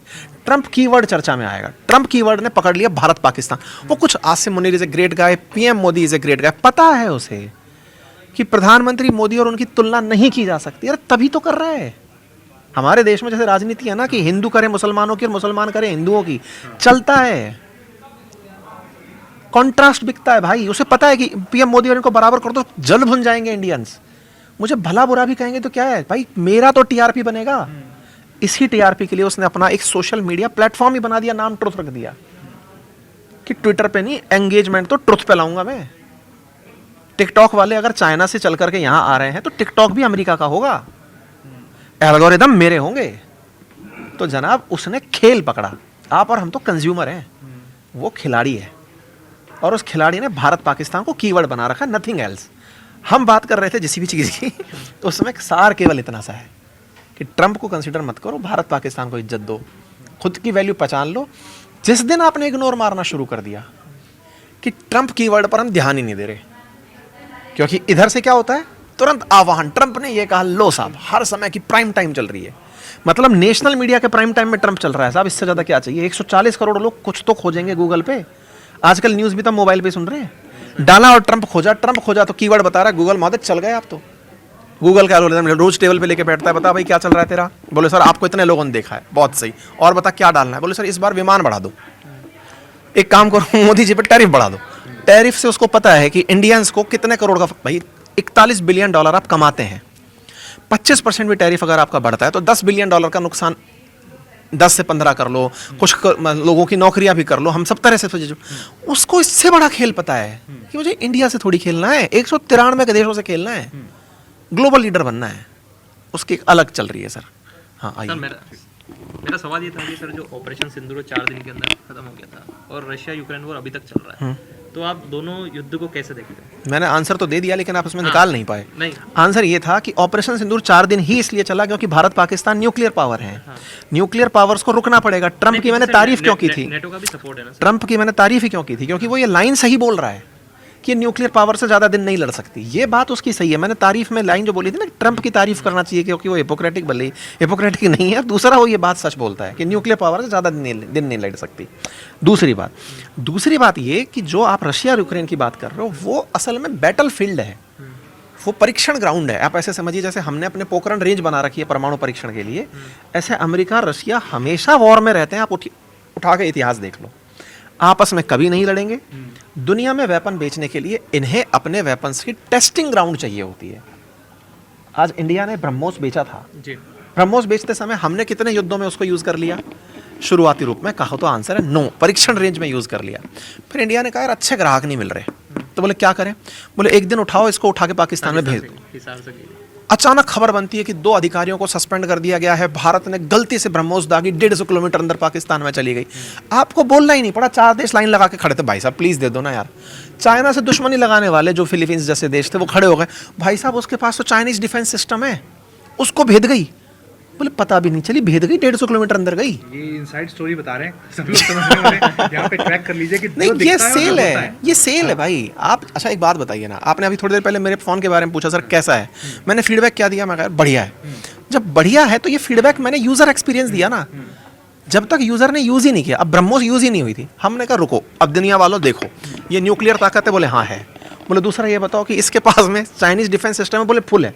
फेंको साले में, फेंका वो बुम कर गया और भारत ने मार दिया रे। अरे सेल था भाई ये, अब देख तू ऑर्डर कितने आते हैं। तो जो चाइना के रिपल्सिव थे, जो चाइना से चिड़े, पहले इस्तेमाल करें फिर विश्वास हमने दे मारा। तो भाई साहब जो रशिया यूक्रेन वॉर है ना, मैं आंसर तो बहुत एक लाइन में उसका पहले दे देता, पर मास्टर आदमी तो समझा दिया मैं इसको। तो वो बात इतनी सी है कि इस पूरी कहानी में रशिया यूक्रेन मुद्दा नहीं है, this is battle ground, testing ground, जहाँ अलग अलग वेपन टेस्ट किए जाते हैं अलग अलग तरीके से। दुनिया में चर्चा में बने रहने का गेम रशिया भी जानता है। इन दोनों दोस्तों में जब बैठते हैं तब यही आता है, तेरे कितने व्यू आ रहे हैं, बोले ट्रम्प बोल रहा है मेरे को इतनी दुनिया देख रही है, पुतिन कह रहा है सुन मेरी एक भी सोशल मीडिया साइट नहीं है, तेरे से ज़्यादा फुटेज है मेरी। सर आपने इसराइल की बात करी है, आप गए भी हैं इसराइल, यहूदियों के बारे में, ये देश यहूदियों के बारे में काफ़ी कम जानते हैं, तो मतलब कभी भी इसराइल का होते तो कौन रहता है, यहूदी क्या होते हैं, तो क्या है यहूदी आखिर, ये बताइए थोड़ा सा। और उनका डोमिनेंस कितना है अमेरिका, क्योंकि जब भी इसराइल वॉर में जाता है एकदम ये आपने अच्छा पूछा, खड़ा हो जाता है। फर्स्ट हैंड यूज़र एक्सपीरियंस है, बिल्कुल सही है, यूज़र एक्सपीरियंस शेयर करता हूँ। जब मैं इसराइल जाने को तैयार हुआ तो मेरे साथ में मुझे कैमरा पर्सन भी ले जाना था साथ में, कि यार साथ में लेके चलता हूँ क्योंकि मैं कुछ जगह कवर करूँगा। मैंने 3 कैमरा पर्सन से पूछा, उनके घर वालों ने किसी ना किसी डर की वजह से कि वहाँ तो बैटल फील्ड बना हुआ है, गाजा और वार चल रहा है, नहीं जाना चाहिए, पीछे हट गए। फिर वो कर्मचारियों का प्रेशराइज भी नहीं कर सकते कि ठीक है भाई तेरी विल है। मैं अपना उठा के मोबाइल कैमरा पहुँच गया, मैं सब मैं आ गया चलने आ गया। अब जब वहाँ पहुँचा तो मेरे अंदर जो यहाँ से पूर्वाग्रह था कि यार वो तो युद्ध में रहता है, वो एकदम पलट गया। मैं तेल अवीव नाम के शहर में था और उस तेल अवीव नाम का जो शहर जो उनकी कैपिटल है, जैसे इंडिया कैपिटल मानता है, यार उस कैपिटल की खासियत ये थी कि वो डेवलप्ड सिटी एक बार दिमाग में लेकर आओ, कोई भी डेवलप्ड सिटी पिक्चर में देखते हैं, चाहे दुबई देखो, सिंगापुर देखो, सिटी की बात कर रहा हूँ, तेल अवीव उससे एक कदम आगे ही होगा। दूसरा, अगर सिलिकॉन वैली में स्टार्टअप नंबर 1 बनते हैं तो तेल अवीव छोटा सा शहर सेकंड डेंस स्टार्टअप शुरू करने वाला, सक्सेसफुली बेचने वाला शहर है। इनोवेशन के नाम पर उन लोगों को सिखाया ये जाता है, वो कहते हैं कि सब कुछ खरीद लो, बेचना केवल टेक्नोलॉजी है। तो उन्हें आप कुछ भी बेचो, वो सबसे खरीदने को तैयार है। सब्जी के बेच दो भाई, ये बेच दो, जिसको जो बेचना है बेच दो। खरीदने को वो क्या तैयार है, वो सॉरी बेचने को क्या तैयार है, टेक्नोलॉजी। टेक्नोलॉजी में डिफेंस ले लो, स्पाईवेयर ले लो। और जब उसने वो फोड़ा था फोन, क्या था वो, पेजर तो उसने बता ही दिया था कि सुनो हमारी प्लानिंग बहुत आगे कोई की ऐसा होती है। यूनिक एक्सपीरियंस आप दर्शकों को शेयर करें जो वहाँ पर। यार बहुत अच्छी बात है, इंडियंस को ना वहाँ पे बहुत सम्मान है। कारण है, पाकिस्तानी वहाँ जा नहीं सकते, मुसलमानों में उसको लेके डर है कि यार ये तो मुसलमानों के खिलाफ है। जबकि इंटरेस्टिंग पार्ट ये है कि इजराइल की पॉपुलेशन में लगभग 15 से 18% मुस्लिम रहता है, लेकिन बाहर से कोई घूमने नहीं जाता, जाते हम लोग हैं। जब हम लोग जाते हैं वहाँ मुझे भारतीय लोग काम करते मिले, जो अभी थोड़े दिन पहले नहीं हुआ था यूपी से उठा करके वो लोग मिले मुझे यार, और उन लोगों को बढ़िया पैसा मिल रहा है, वो खुश हैं। मैं उनसे पूछा, मैंने कहा भाई यहाँ बताओ बम फटते रहते हैं क्या होता है? बोले सर मज़ा आता है। मैं क्या मज़ा आता है? बोले वो बम को फूटते हुए भी हम देखते हैं, हम अपने काम में इतने बिजी होते हैं। उन लोगों में इतनी सिक्योर फीलिंग है कि बम बजेगा, पहले एक सायरन आएगा, मोबाइल में अलार्म आएगा, लैंडलाइन बजने लगेंगे, एक बम आ रहा है भाई, इस दिशा की तरफ निकल लिया, न्यूट्रलाइज कर दिया, अलार्म बज जाएगा। तो पहला, इंडियंस को वहाँ हे दृष्टि से नहीं देखते। ठीक है, ये मैं हे दृष्टि क्यों यूज़ कर रहा हूँ, क्योंकि मैं दुबई भी गया हूँ, मैं और देशों में भी जहाँ गया हूँ, मैंने वहाँ एक चीज़ ऑब्जर्व की है कि वहाँ पर आपको देखा जाता है कि ये ज़्यादा पैसे वाले लोग हैं, ये कम पैसे वाले लोग हैं, या फिर इस तरह से आ गए ये लोग तो लेबर ही होंगे। वहाँ यार ये नज़रिया ही नहीं था, नज़रिया नहीं है, इसकी पहचान कैसे होती है? एक किसी महंगे रेस्टोरेंट में जाओ और किसी सस्ते रेस्टोरेंट में जाओ तो उसका सबसे पैमाना क्या है पता लगाने का, कि आपकी आंख वेटर से मिली या नहीं मिली। वेटर से मिल गई इसका मतलब सस्ते रेस्टोरेंट में हो आप, वेटर ने आपको देख लिया इसका मतलब रेस्टोरेंट सस्ता है। वेटर ने नहीं देखा लेकिन सर्विस पूरी आ रही है आप किसी महंगे रेस्टोरेंट में, ये बेसिक ट्रेट है। यही इजराइलियों में था, आपको वहाँ सब देख रहे हैं, आपके ऊपर पूरी खुफिया एजेंसी बैठी हुई है, आपका सब बैकग्राउंड चेक हो रखा है, लेकिन वो आपको फील ही नहीं करा रहे कि आपको देखा जा रहा है। आपके बगल में गन लेके लड़कियां निकल रही हैं, आपको पता नहीं चल रहा है। वहाँ की जो सेना है वो मतलब सबको मैंडेटरी सर्विस में जाना है, लड़कियां भी हैं, वो छुट्टियों के अंदर शॉर्ट्स पहन करके गन लगा के लंबी सी और चल रही हैं, पार्क में घूमने निकली हुई हैं, पार्टी करने निकले हुए हैं। और भाई जो शाम होते ही वहाँ जो म्यूज़िक बजता है, जैसे अपने ना पुष्कर है राजस्थान में, तो पुष्कर में म्यूज़िक को लेकर के काफ़ी ज़्यादा यहूदियों को याद किया जाता है, यार यहूदी बहुत पार्टी लविंग लोग हैं। मैं फील किया भाई, शाम होते ही आपको मतलब उन बाज़ारों में म्यूज़िक की आवाज़ सुनाई देगी प्रॉपर तरीके से, मतलब वो लोग सेलिब्रेट कर रहे हैं, जी रहे हैं। और एक जो इंटरेस्टिंग पार्ट था, और वो ये, बच्चे पैदा करने को लेकर उनके अंदर कोई कंजर्वेशन नहीं है। बच्चे 2, 3, 4 माएँ बच्चों को लेकर के बढ़िया लेके चल रही हैं, मतलब ये नहीं कि इतने बच्चे हैं लेके कहाँ घूमेंगे, नहीं भाई, प्राउड है हमारा।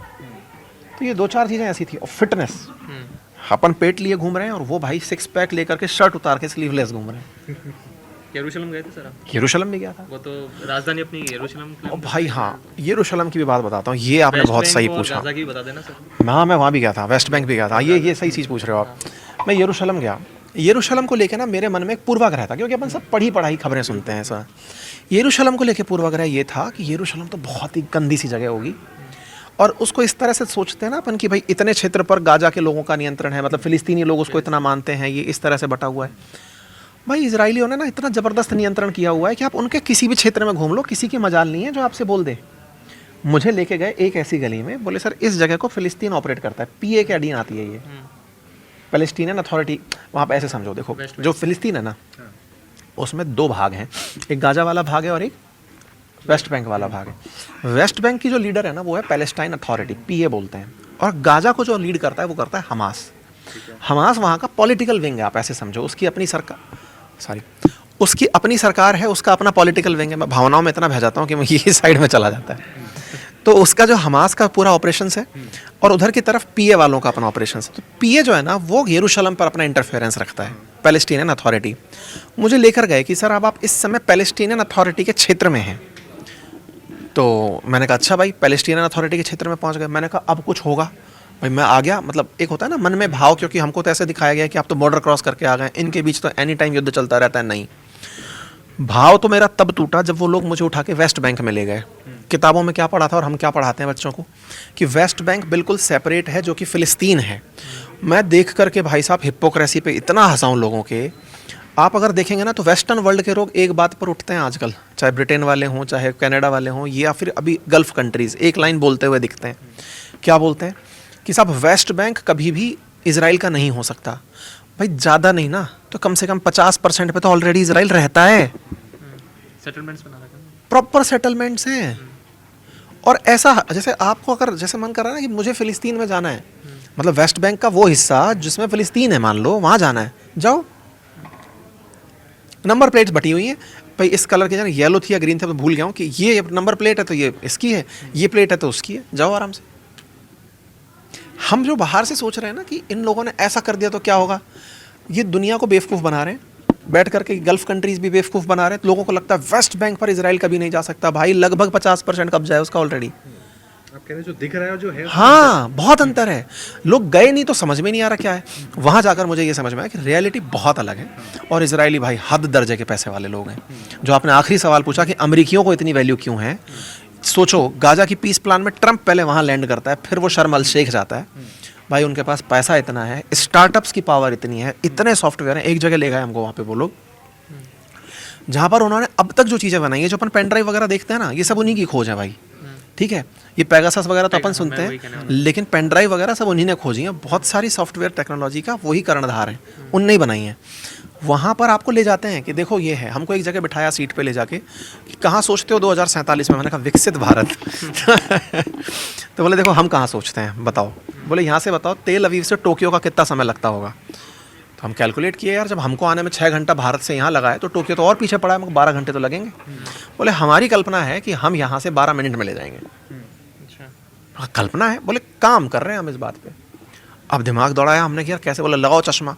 भाई उन्होंने एक चश्मा पहनाया, हमको बिठा दिया एक सीट पे, और अचानक हमको जैसे एलॉन मस्क उठा के आपको हवाई जहाज में ले जाता है ना पहले, कि भाई आजकल क्या चल रहा है, वो मार्स की यात्रा कराने की सोच रहा है। या फिर आप उसको पकड़ो, क्या नाम है आजकल ये अमेजन वाले जो भाई साहब हैं, जेफ बेजोस, तो वो आपको ले जा रहे हैं 100 किलोमीटर ऊपर स्पेस में ट्रैवल कराने। हवाई जहाज कहाँ उड़ रहा है, 18 से 30 किलोमीटर की रेंज में। तो वो लोग क्या कर रहे हैं कि वो कह रहे हैं कि हम जो ये स्पेस ट्रैवल आज देख रहे हैं ना, लोगों को मुज्जे खिलाने के लिए ले जा रहे हैं। हमारा टारगेट स्पेस ट्रैवल नहीं है, ये तो रिहर्सल चल रहे हैं। हम ट्रैवल थ्रू स्पेस करेंगे, जहाँ स्पीड कई टाइम्स बढ़ जाएगी। भाई इंटरनेशनल स्पेस स्टेशन है, धरती से 350 किलोमीटर से 700 किलोमीटर की रेंज में तैर रहा है वो ऊपर। धरती के लगभग 16 चक्कर एक दिन में काट देता है। तो जब इंटरनेशनल स्पेस स्टेशन धरती के चक्कर काट दे रहा है, अगर हम उसी रेंज में ले जाके हमारा हवाई जहाज ले गए, बस ऑक्सीजन भर ले गए उसमें, वो ले गया टक से, हाँ आपका टोक्यो में स्वागत है, चाय पी उड़ करके आपका तेल अवीव में स्वागत है। बोले हमारा तो प्रोजेक्टाइल मोशन है, हम सोच तो हो रहे हैं। बोले कभी हवाई जहाज में बैठने से पहले कल्पना की थी क्या कि हवाई जहाज इतना किलोमीटर ऊपर उड़ेगा और हवाई ऑक्सीजन की कमी नहीं पड़ेगी? हमने कहा नहीं। तो बोले फिर उसकी भी चिंता छोड़ दो, हमारा टारगेट 12 मिनट का है। Time is money. सर एक सवाल ये था कि अब ठीक है सर, ये बात तो हो गई। अब हम इस पर जाते हैं कि सर आप इजराइल घूमे हैं, हाँ चाइना भी आजकल बहुत टेक्नोलॉजी में आगे बढ़ रहा है। यार भाई, मैं है ना, मतलब इस बारे में बोलूँगा तो ट्रोल हो जाऊँगा, लेकिन फिर भी बोल रहा हूँ, हमें चाइना से बहुत सीखना चाहिए यार। और मेरा मानना तो ये है कि हमें ना उनसे ये चीज़ सीखनी चाहिए कि आत्मसम्मान क्या होता है। बट मैं चाहूँगा ये भी आप दर्शकों को क्लियर बताएं कि चाइना क्या इंडियन मार्केट रूल कर रहा है आज भी?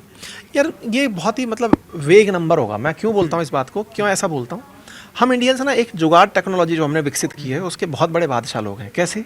100 का माल खरीद के यहाँ पे 150 में बेच के 50 रुपये जो हम कमाते हैं ना, वो ये कहना गलत होगा कि चाइना रूल कर रहा है। कर तो हम ही रहे हैं उस पैसे से यूज़।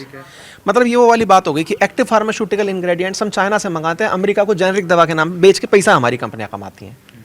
ठीक है, तो हम लोग ना उसकी मॉडिफिकेशन करके उसको सही से सजा धजा के फिर बेचते हैं। मैं 2-3 सवाल इसमें में डाल देता हूँ। डाल दो। इंफ्रास्ट्रक्चर हो गई, टेक्नोलॉजी हो गई, चाहे आप फायर पावर, अभी इंडेक्स आया था उसके अंदर भारत को तीसरी रैंक मिल गई थी कि तीसरी सबसे अच्छी हमारे पास वायुसेना है। लेकिन उसके बाद जो उनका ग्लोबल टाइम्स है उन्होंने क्लेम कर दिया नहीं भारत की नहीं हो सकती। वो उस पर भी आऊँगा मैं, आप 3-4 सवाल में एक साथ। और ये है कि भारत क्या कभी चाइना को कम्पीट कर पाएगा? देखो, दो इसमें सही बात है। तो चूंकि कम्पीट करने की बात आई है तो मैं आपको इतिहास में एक लाइन से शुरू करता हूँ, फिर आगे आते हैं। 1991 में लगभग हम लोग एक जैसी स्टेज पे थे, ये बात हम सब अक्सर जानते हैं।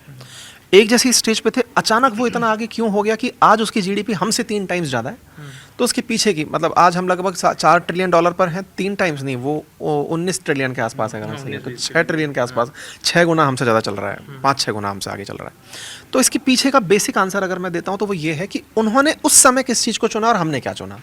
इकोनॉमी की भाषा में कहते हैं हमने टर्सरी सेक्टर को चुना, सेवा क्षेत्र को चुना, उन्होंने मैन्युफैक्चरिंग यानी सेकेंडरी सेक्टर को चुना। उन्हें पता था कि एक दिन हम लोगों के लिए सप्लाई चेन का सबसे बड़ा कारण बन जाएंगे, उसको अगर हम पकड़ ले गए तो हम दुनिया में राज करने लगेंगे, क्योंकि कंट्रोल सप्लाई का होगा हमारे पास। भारत ने कंट्रोल किया कि सर्विस कंट्रोल में होगी। सर्विस का क्या फ़ायदा होता है ना, पैसे ज़्यादा मिलते हैं। जैसे आज आप एक अच्छा एंकर अगर बनते हैं तो आपको तनख्वाह में तुरंत इजाफा होगा, लेकिन आप अच्छी कुर्सी अगर बना लाए ना तो आज वो 1300 की बेच रहे हो, अगली बार 1400 की बेचोगे। तो दाम सर्विस में एक्सपोनेंशियली ग्रो होते हैं। इसलिए हमने सॉफ्टवेयर चुना, इसलिए हमने टेक्नोलॉजी को चुना, हमने सर्विस इंडस्ट्री को चुना, चाहे कॉल सेंटर ही क्यों ना हो। ऐसे में हमें पैसा तो खूब मिला, लेकिन हम लोगों की ज़रूरत नहीं बन पाए। क्यों? क्योंकि सर्विस देने के लिए फिर कोई कॉम्पिटिटर खड़ा हो जाता है। आप अगर अच्छे महंगे एंकर बन गए तो फिर एक पड़ोस में आ जाएगा, भाई साहब मैं हूं ना। तो ऐसे में जहां बात चाइना की हो रही है, चाइना ने वस्तु को ज़रूरत बना दिया। अमेरिका को कैसे झुकाया उसने? आंसर उसके पास सिंपल था कि मैं सप्लाई रोक दूंगा, चाहे वो उसकी ही क्यों ना हो, रेयर अर्थ मैग्नेट की क्यों ना हो, मैं सप्लाई रोक दूंगा तुम्हें आना पड़ेगा। उसने सप्लाई कंट्रोल कर ली। वो समझ गया कि बेटा ज़रूरत रहेगी ना तो तुम आओगे। हम भारतीय उस ट्रेन को छोड़ दिए थे, उस समय ट्रेन छोड़ दिए थे। लेकिन जब वर्तमान सरकार ने मेक इन इंडिया शब्द पकड़ा कि भाई भारत में बनाना है चीज़ों को, आज हम देखते भी हैं मोबाइल के अंदर हम एक्सपोर्ट्स में बहुत तेज़ी से आगे आए हैं। हमने बहुत सारी इंसेंटिव लिंक स्कीम चलाई है, प्रोडक्शन लिंक स्कीम है हमारी, PLI जिनको बोलते हैं। चाहे हमने कपड़ा सेक्टर को लेकर चलाई हो, चाहे सॉफ्टवेयर निर्माण, किसी भी, चाहे हम आजकल वो जो चिप्स जो लगती हैं वो हमारे देश में बन रही हैं। तो हमने मैन्युफैक्चरिंग समझी कि यार नहीं, नीड ऑफ आवर है, ये तो करना पड़ेगा। अगर हमने ये नहीं किया तो हम पिछड़ जाएंगे, हम उपभोक्ता बन के रह जाएंगे, नेट कंज्यूमर बन के रह जाएंगे। आज हम किसी से हथियार भी खरीद रहे हैं तो बोल क्या रहे हैं कि भाई सुनो, बनाना हमारे यहाँ पे यार। बोले साहब मैं टेक्नोलॉजी ट्रांसफ़र कर सकता हूँ तो आपके लेबर यूज़ करूँगा। बोले तू बस लेबर बना ले, हमारे बाकी तो जुगाड़ू हैं, सब सीख जाएंगे। देख कर तोड़ के सीख लेते हैं हम तो कि तूने कैसे बनाया यार। पर इतना महंगा हम सौदा नहीं कर सकते तोड़ने का, तो बनते समय हम साथ देखना चाहते कि तू बना कैसे रहा है, फिर हम कॉपी मार लेंगे। चाइना ने यही किया था, जापान ने शुरुआत तौर पर यही किया था, क्योंकि औद्योगिक क्रांति यूरोप से आई थी। जापानियों ने उसकी रिवर्स इंजीनियरिंग की थी, चाइना ने जापान की रिवर्स इंजीनियरिंग की। और हम लोग तब आंखों के सामने जुड़वा के देखते, जोड़ के दिखाएगा तो हम सीख जाएंगे। ये भविष्य का प्लान है। अब बात आती है कि क्या हम उसे कभी बीट कर पाएंगे? बहुत अच्छे से कर पाएंगे। क्यों कर पाएंगे? क्योंकि हम लोगों ने ना, ये देखो क्या होता है, वो क्या जाने पीर पराई जिसकी कभी फटी ना हो बिराई। मतलब जब तक दर्द का एहसास नहीं है ना तो आप दर्द से निकलने की राहत दौड़ोगे नहीं। अगर आप भूखे नहीं हो ना तो भूख से लड़ने की, बट क्या बीट करने की दिशा में हम बढ़ रहे हैं। अब हम तैयार हो चुके हैं, वी ऑलरेडी प्रिपेयर्ड है। मतलब हमारे जो आज के जो स्टार्टअप्स बन रहे हैं, जो हम काम कर रहे हैं, हम लोगों की पृष्ठभूमि तैयार हो चुकी है। मुझे वो समझाइए आपकी क्या वो है जो अंडररेटेड है, जो हमने अब तक नहीं देखा है, जो काम चल रहा है पिछले 10 से 11 साल समाज से? की मानसिकता। हम समाज के अंदर आज भी सरकारी नौकरी को प्राथमिकता देके चल रहे हैं। जिस दिन एक बार मोदी जी का मजाक बना था इस बात पे कि उन्होंने कहा पकौड़ा ही बनाओ पर बनाओ। वो एक गुजराती आदमी थे, तो गुजरातियों को ना ये सिखाया जाता है, तो पकौड़ा उन्होंने ही उस रोजगार भाव है। में उनका रोजगार भाई, उनका मतलब है रोजगार है, ये अपना करो। पर मोदी जी को रियलाइज हुआ, ओ माय गॉड, पकौड़ा तो बेइज्जती का हिस्सा है यहाँ पे, क्या जिंदगी में क्या कर रहे हो, पकौड़ा कर रहे हो। अपोजिशन ने उठा दिया कि ये तो तुमसे पकौड़ा बनवाएंगे। देश की मानसिकता क्या है, सरकारी बाबू बनकर के तुम रेलवे के ट्रैक से गंदगी हटाओ, वो तो इज्जत का पार्ट है। भले डी क्लास में हो, मैं वही बोल रहा हूँ, ग्रुप डी की परीक्षा पास करके आप ट्रैक का दिन रात मुआयना कर रहे हो, सरकारी अधिकारी। असरकारी हैं साहब हम। वहीं दूसरी तरफ आपसे कोई ये कह रहा है कि सुनो, वो जो ट्रेन पटरी से चल के ऊपर वहां आएगी ना, उसको तुम्हारी एक स्टॉल लगा के पकौड़े खिला देना। अब इससे ये जो मैंने आपको आंसर दिया, इससे अंकित अवस्थी क्या हो गए, कोदी हो गए और हर हर मोदी हो गए। लेकिन वास्तविकता ये है कि जनाब आपको ये समझना पड़ेगा कि समाज में हम जब तक इस चादर को ओढ़ के बैठे रहेंगे कि वो जो पटरी चेक करता आदमी आ रहा है ना, वो तो बड़ा आदमी है, लेकिन जो चाय चाय करता घूम रहा है ना, ये बेकार आदमी है। भाई साहब, इसी को समझ करके एक चाय बेचने वाले को कंपटीशन ही नहीं मिला और वो पीएम बन गया, और सारा कंपटीशन कहाँ चला गया, ग्रुप डी में। आज हमारे देश में ना, अगर आप वाकई में अपना धंधा करना चाह रहे हो ना, बहुत आसान है, कोई करना ही नहीं चाह रहा है ना। आपकी जब फुल एनर्जी है, आप जब 18 से 21 साल की एज में जब आप ट्रैवल कर रहे हैं, 21 साल की एज से आपकी 50 साल की एज, 40 साल की एज तक आप अपनी जवानी का सबसे बड़ा समय कहाँ लगा दे रहे हो, सरकारी नौकरी की तैयारी में। आप आ जाओ नॉर्थ इंडिया में, हर दूसरा आदमी, साउथ में जाओ तो विदेश जाने में तैयारी में लगा दे रहे हैं। देश में रुक करके हमारे, आप बच्चों से क्या कहते हैं? मान लीजिए मैं कोई केवल एक student चीज है, बोलता आप हूँ कि कहते हैं भाई आप देखो, स्वरोजगार की तरफ बढ़ो, या फिर आप जो तैयारी कर रहे हो वो करो। देखो मैं ये तो बोल ही नहीं सकता, क्योंकि सरकारी नौकरी की तैयारियां मैंने की हैं, मेरे बच्चे को कराता हूं मैं, बहुत से स्टूडेंट्स को पढ़ा के मैंने अधिकारी बनाया है, तो मैं ये बोलता हूँ, नहीं, कई लोग ये भी देखते होंगे ना कि सर अब अधिकारी लेट मी नहीं है, कंप्लीट। सर को नहीं तो- नहीं नहीं नहीं नहीं नहीं, मैं 1% भी नहीं भाई, मैं कोई वो नहीं बन रहा हूँ युग प्रवर्तक कि लो अचानक सरकारी नौकरी छोड़ दो, जनता सड़क पे आ जाओ, नहीं भाई। मैं एक लाइन बोल रहा हूँ, आप अपना पोटेंशियल को टाइम दे लो यार, 2 से 3 साल का समय दे लो, 4 साल का समय दे लो कि यार मैं 4 साल तक तैयारी करूंगा, इस रिग्रेट के साथ कि मैं फेलियर आदमी हूँ, धंधा शुरू नहीं करूंगा। आप कह रहे हैं प्लान बी को लेके चलो। देखो प्लान बी की एक साथ अच्छी क्या- कहानी कई है, लोग होते हैं डेडिकेटेड, यही प्लान है, यही करना है, इसमें नहीं बताता हुआ हूँ, वो सैड। मैं बताता हूँ। प्लान बी लेकर चलो, ये बात बहुत अच्छी है, लेकिन प्लान बी के बारे में एक लाइन अक्सर कही जाती है कि प्लान बी आता ए के बाद ही है। ए आपकी प्रायोरिटी 4 साल तक ऐसी रहे कि बी ना दिखे। ठीक है, ए और बी साथ लेकर मत चलो। फेल कहाँ होता है ना, हल्का सा पढ़ते समय प्रेशर आया, आप तो भाया या कर लेंगा, वो नहीं होना चाहिए। आप ए पर लगे हो, फुल टाइम ए पर लग लो, फेलियर होगा तो बी है, हमारे थॉट में है कि कर लेंगे कुछ। सोच को इस तरह डाइवर्ट मत करो कि मेरी ऊर्जा जो है ना वो डाइवर्ट हो जाए, वो नहीं करना है। छात्रों से मेरा एक ही आह्वान रहता है कि अगर आपने बहुत बड़ी परीक्षा का टारगेट किया हुआ है जिसमें बहुत कम बच्चे पास होने हैं, बहुत बड़ा चैलेंज है, अपने आप को पहले कन्विंस करो कि मैं इतना ही समय देना चाहता हूँ। ठीक है, नहीं होता है कोई बात नहीं, इसे मैं समझूंगा कि कुछ और करके बड़ा बन जाएंगे भाई। अल्टीमेटली जहाँ जाना है वो यही है कि मैं देश की सेवा करूंगा, मैं देश का बहुत बड़ा कंट्रीब्यूटर बनूंगा, मैं कुछ अच्छा करके आगे निकलूंगा, बस मुझे इतना करना है। ठीक है सर। सर जो चाइना की बात चल रही थी कि आप माओ जेडोंग के बाद डेंग जियाओपिंग, उसके बाद हू जिनताओ, अभी शी जिनपिंग, और उसके अंदर हेनरी किसिंजर का भी रोल आता है कि चाइना को बनाने में, इनको कैसे देखते हैं आप? देखो यार, चाइना के बारे में ना एक बहुत बात ऐसी है जो बहुत कम लोगों को पता है। जब आप माओ जेडोंग का नाम ले ही लिया हो तो मैं जानकारी देता हूँ। माओ जेडोंग के बारे में कहा जाता है कि वो खुद को इतना आइसोलेट रखता था, वो व्यक्ति, उसका मिलने से मतलब ही नहीं था, और कमरे में बंद करके खुद को घंटों पढ़ता था। उसके पास घर में कहते हैं केवल लाइब्रेरी थी, लोग ज्ञान लेने आते थे, वो नहीं जाता था। अमेरिकी राष्ट्रपति को उसकी लाइब्रेरी में मिलने आना है, वो नहीं जा रहा है। तो जो विचारधारा चाइना को लेकर हम बनाते हैं ना कि ये लोग तो पागल हैं, नहीं, उन्होंने पहले ज्ञान समझा कि ज्ञान क्या है। आज आप चाइना को अंडररेट करते हो क्योंकि हमारी मीडिया बहुत ज़्यादा वेस्टर्न इन्फ्लुएंस्ड है। चाइना का केवल ग्लोबल टाइम्स है, लेकिन आज हमारे पास दुनिया भर के एक्सेस अखबारों के हैं, चाहे लिखे गार्जियन हो, चाहे राइटर हो, चाहे कोई से भी अखबार की न्यूज़ एक्सेस हो हमारे पास, वाशिंगटन पोस्ट, न्यूयॉर्क पोस्ट, आप सबके टाई अप भी हैं, कुछ ना कुछ तो पेस्ट कर ही देते हो वहीं से। तो वेस्टर्न न्यूज़ जो इन्फ्लूज़ है ना, वो हमारे यहाँ का कंजप्शन हो चुका है। तो हम लोग अगेंस्ट चाइना थ्योरेटिकली हो गए कि चाइना वाले तो पता नहीं कुछ करते भी हैं कि नहीं करते। उन्होंने पढ़ पढ़ के यार इंटरनेशनल स्पेस स्टेशन का पैरेलल इंटरनेशनल स्पेस स्टेशन तैयार कर लिया, उस प्रोसेस में तेज़ी से बढ़ गए। ICBM के अंदर चाइना के पास इस समय लगभग रशिया के बराबर इंटरकॉन्टिनेंटल बैलिस्टिक मिसाइल्स हैं। अग्नि 5 हमारी जो मिसाइल इंटरकॉन्टिनेंटल बैलिस्टिक मिसाइल्स हैं वैसी मिसाइल्स हैं, 5th जनरेशन के फाइटर जेट्स हैं, उसने भी claim कर रहे हैं अब 6th भी क्लेम कर रहे हैं। टेक्नोलॉजी को लेके इतना तेजी से आगे बढ़ रहा है। आज आप आईफोन 17 प्रो मैक्स खरीद रहे हो, पता चल रहा है कि वो अपना Xiaomi 17 प्रो मैक्स ले आ रहा है, उससे अच्छी क्वालिटी, पीछे भी कैमरा लगा दे रहा है, पीछे भी स्क्रीन लगा दे रहा है। तो उसने समझा इस चीज़ को, और ये बिना पढ़े नहीं होता साहब कि मैं अचानक गया घर में गया खटखट कुछ बनाया, किचन की सब्जी नहीं है ये। तो उन्होंने पढ़ा है, टेक्नोलॉजी को समझा है। आज कितना भी अमेरिका का रिफ्ट हो जाए इन दोनों के साथ, पता है पहली बात जिस पर अमेरिका और चाइना राजी हुए, जब इनसे इलेक्ट्रिक मैग्नेट मांगी गई तो ट्रंप से इन्होंने क्या मनवाया, सब दे देंगे, एक परमिशन देनी पड़ेगी। बता बोले क्या, चाइनीज़ लोगों को अमेरिका पढ़ने भेज। मतलब कौन मांगा ये, चाइना वाले मांगे कि हमें अमेरिका में जाने दो। लोग हंसे कि यार चाइना अमेरिका ट्रंप, यार तुम अभी थोड़ी देर पहले तो कह रहे थे कि चाइनीज़ों को यहाँ आने नहीं देंगे, इलीगल है वगैरह, और तुमने अभी अचानक कोटा बढ़ा दिया इनका। इस बात पर इनकी डील सेट हुई है, क्योंकि चाइना समझता है कि अगर वहाँ इनोवेशन हो रहा है तो पढ़ने भेजो, पढ़ के आओ, लौट के आओ, देश में आओ, फिर बनाओ। तो बात चाइना के ऊपर जब आएगी, मैं यही कहूँगा कि भाई साहब आप उनको अंडररेट कर रहे हो, आपके पास उनका एक्सपोजर नहीं है। एक बार किसी उस आदमी से मिलो जो चाइना घूम के आ गया है, क्योंकि हमारी दुश्मनी है, और दुश्मनी के पीछे भी बहुत हद तक तो मुझे ऐसा लगता है कि अमेरिका वालों की चाल भी होती है कि उलझा के रखो इन लोगों को, कि इनके बीच में इतना जहर भर दो कि ये दोनों एक दूसरे के बारे में कुछ सीख ही ना पाएं। हम पड़ोसी से सीख सकते हैं ना यार, पड़ोसी महंगी कार लेके आता है तो मोटिवेशन आता है कि नहीं आता है? हम चाइनीज़ों को देख करके मोटिवेट क्यों नहीं होते हैं? ना किसी ज़माने में हिंदी चीनी भाई भाई, अब नहीं है भाई देखो, फिर भाई पड़ोसी से भाई होना जरूरी नहीं है ना भाई। पड़ोसी को देख के सीख तो सकते हो ना कि यार पड़ोसियों के बच्चों ने, वही वाली बात है सर, देखो शर्मा जी का बच्चा जो है IIT टॉप कर गया है, तो मोटिवेशन आता था ना यार। अवस्थी जी का बच्चा कर गया IIT कानपुर कानपुर ही कुछ याद है? बहुत है भाई। मेरा जो डायलेक्ट है ना, वो असल में कानपुर की देन है।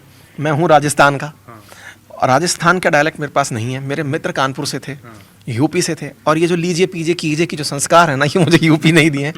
अब मुझे बहुत ज़्यादा यूपी का माना जाता है। जब मैं बोल भी रहा होता हूँ ना, तो आज शायद आपकी वीडियो के माध्यम से लोगों को पता चला कि मैं उत्तर प्रदेश का नहीं हूँ, ठीक है।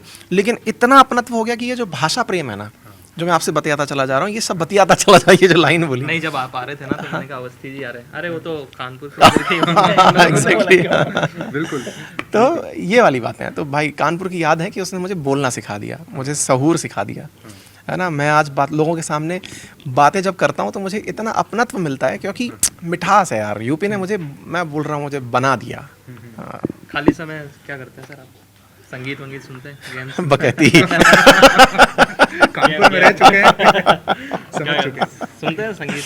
बढ़िया सुनता है, लेकिन ये मत पूछना किसका सुनते हो, जो नहीं, चल जाए। नहीं वो गेम्स गेम्स के नाम पर यार देख के तो लगा, सवाल गलत पूछ लिया आपने, लग तो नहीं रहा होगा।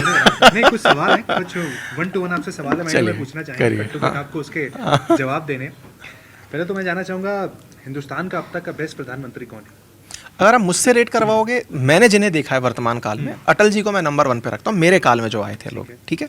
इतिहास को पढ़ करके अगर आप देखोगे, इतिहास में हमको जो पढ़ाया गया है, कुछ अच्छे डिसीजंस के लिए इंदिरा गांधी जी को देखते हैं, नेहरू जी को, क्योंकि हम लोगों को जो पढ़ाया गया, अगेन हमने जो पढ़ा है वो जो मॉडर्न इतिहास में पढ़ाया जाता है ना, यूपीएससी की तैयारी करोगे आप, तो आपको 1947 से पहले का इतिहास पढ़ाया जाता है। तो नेहरू जी हमेशा इस तरह से आते हैं कि पंचवर्षीय योजनाओं में क्या रहा, या चाइना को लेकर इनका डिसीजन क्या रहा। ये बहुत दुर्भाग्य है देश का। जब भी प्रधानमंत्रियों के इतिहास लेखन होता है ना, तो सफलता और उनको जो विफलताएं हैं उनको इस तरह से पढ़ाया जाता है कि लो भाई। और चूंकि यार अपन इंटरनेट क्रांति के समय में पैदा हुए हैं, नेहरू जी से इत्तेफाक अपना ज़्यादा रहा नहीं। इंदिरा गांधी जी के कुछ डिसीजंस, अगेन जब मैं बोलता हूँ कुछ डिसीजंस, उसमें है अमेरिका को काउंटर करना, क्योंकि इन दिनों अमेरिका को देख करके मुझे चिड़ जो मचती है, उसमें मुझे कई बार उनको देख के लगता है कि 1971 में जो उन्होंने इंदिरा गांधी के रूप में आयरन लेडी का रोल निभाते हुए जो अमेरिका को बैलेंस किया था ना यूएसएसआर से, वो नेक्स्ट लेवल था। लाल बहादुर शास्त्री जी ने जो वो दिया था, जय जवान जय किसान दिया था। आपको इंटरेस्टिंग फैक्ट एक मैं ऐड कर देता हूँ, मतलब अपने दर्शकों के लिए। हमारे देश को ना अमेरिका ने PL 480 करके एक अनाज था, वो भेज दिया था, जिसके चलते हमारे भुखमरी की स्थिति को देखते हुए, और लाल बहादुर शास्त्री जी का प्रयास, नेहरू जी के एंड में वो जो प्रयास था ग्रीन रेवोल्यूशन वाला, जिससे आज हम एक्सपोर्टर अनाज के बनकर बैठे, हर प्रधानमंत्री के काल में कुछ ना कुछ बहुत अच्छा हुआ है। चूँकि हमारा लंबा समय, जब से हमको राजनीति समझ में आई है, और तब से हम लोग मनमोहन सिंह जी को देखें या फिर प्रधानमंत्री नरेंद्र मोदी जी को देखें। मनमोहन सिंह जी को मैं अगर रेट करूँ तो देखो यार, मैं एक वोकल आदमी हूँ, मतलब मुझे बोलना पसंद है, मैं एक्सप्रेशंस को फील कर पाता हूँ।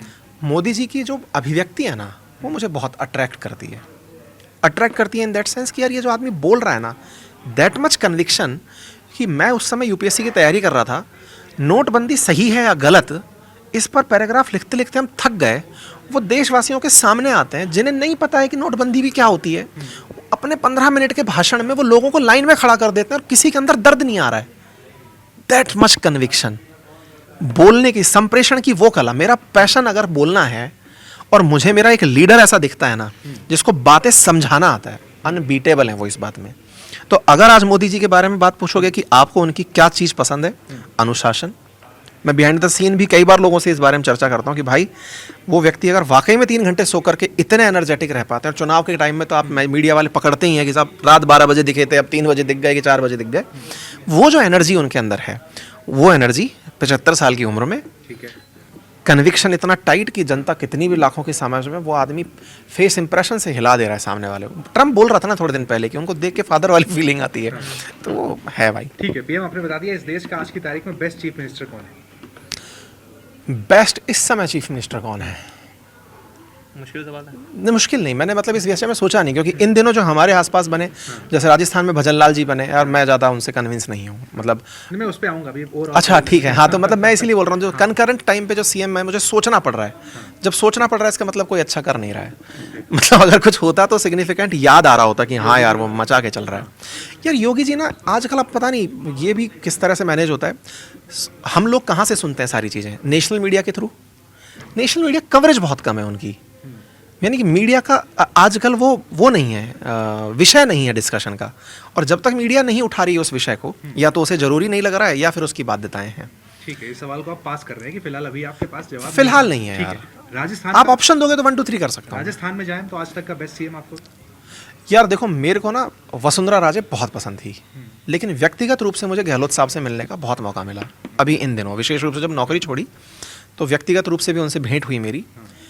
उनको देख करके मुझे एक अलग अनुभूति हुई, क्योंकि उनसे व्यक्तिगत चर्चा ऐसे नहीं हुई जैसे अपन बैठ के कैमरे पर चर्चा कर रहे हैं, ऐसी भी हुई है कि चलो चाय पे बैठते हैं, बात करते हैं।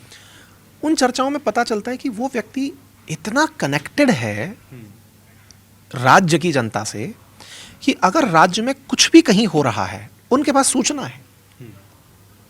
वो इतने कनेक्टेड हैं कि आज उनको ये लगता है ना कि अंकित नाम के एक बच्चे ने नौकरी छोड़ी है।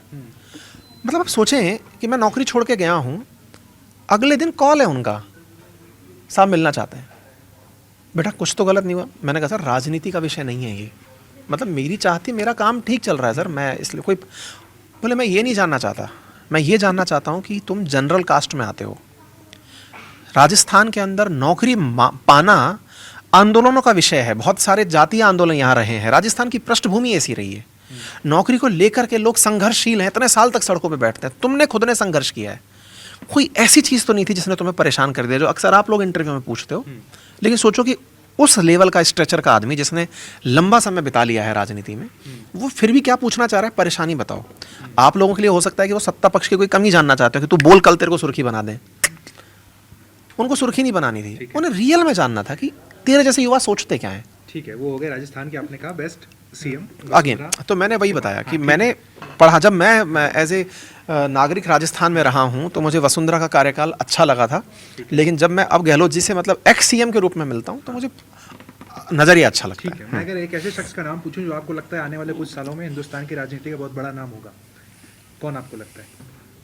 यार मेरी बहुत ज़्यादा उम्मीदें पीके से हैं और प्रशांत किशोर से।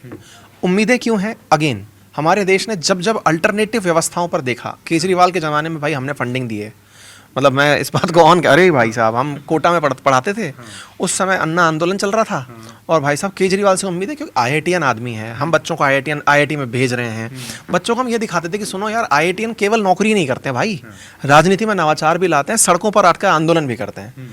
तो यार मेरी ना मतलब उस समय जब फंडिंग होती थी आम आदमी पार्टी की, तो हम सब लोग दोस्त लोग मिल करके कि यार नहीं भाई चंदा देना पड़ेगा, कैसे खड़ा होगा, हम बैठकर विमर्श के पात्र रहे हैं। पर्सनली काफी लिया उसे, मतलब उस तरह से लिए कि कोई हम में से निकल के कर रहा है, वो वाली फील अब पीके दे रहे हैं। ठीक है। हालांकि पीके ने इन दिनों बहुत अच्छा एक जो तरीका दिखाया कि सुनो 200 करोड़ तो अकाउंट में हम खुद डालें पैसा, तो वो अलग लेवल पे खेल रहे हैं खेल, लेकिन पीके से कन्विंस है भाई अपन। एके ने डिसअपॉइंट तो नहीं किया? पीके की तो आप बात कर रहे हैं यार, एके की भी अगेन वो वाली बातें देखो मार्केट में पता चली जो मीडिया लेकर आती है।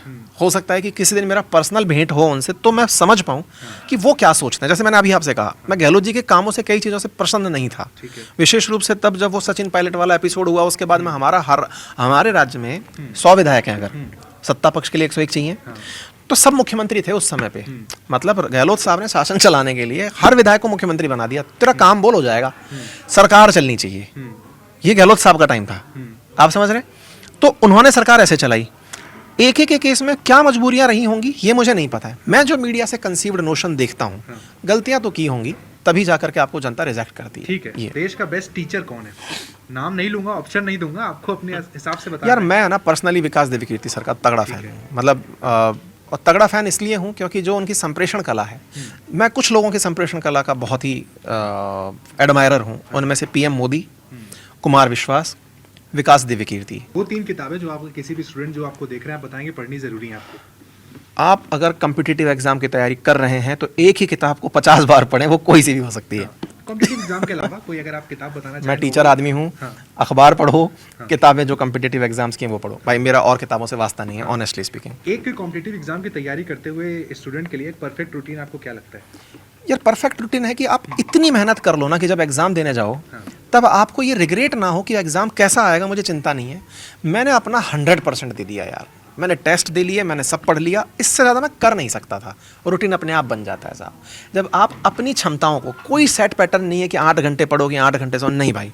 मेरी ज़्यादा 18 घंटे पढ़ने हो सकती है तो हो सकती है, मेरा दिमाग कुंद है, मेरा तेज है तो 2 घंटे पढ़ के भी चला सकता हूँ। लेकिन जब मैं एग्जाम सेंटर में जा रहा हूँ ना, उस समय ये थॉट रहे कि भाई सुनो, इससे ज़्यादा अपन नहीं कर सकते थे। अब आप कहेंगे कि साहब पढ़ाई के अंदर तो ज़रूरत थी हिस्ट्री ज्योग्राफी की, आप तो गड्ढा कूद के आ रहे हैं। नहीं नहीं, सिलेबस पता हो, टेस्ट सीरीज दी हो, आपने अपनी मेहनत का सब कुछ समर्पण कर दिया हो, उस थॉट को लेकर जब एग्जाम सेंटर में घुसोगे ना, तो जो कार्यक्रम बनकर आएगा ना वो सही कार्यक्रम है। क्या बात है, बड़े पॉजिटिव नोट के साथ देखिए यहाँ पर हम आपको छोड़ के जा रहे हैं। अंकित सर ने यहाँ पर बड़े पॉजिटिवली बता दिया ये परफेक्ट रूटीन अगर आप फॉलो करने वाले हैं, कितनी मेहनत करनी है, कितने नमक चीनी डालनी है, वो अगर आप डालेंगे तो परफेक्ट रिजल्ट वहां से आएंगे। Thank you so much sir, आपने समय दिया, thank you so much sir. Discussion यहाँ पर हुआ, उम्मीद करते हैं आपको भी अच्छा लगा होगा। बहुत अच्छा लगा sir, thank you so much sir, thank you.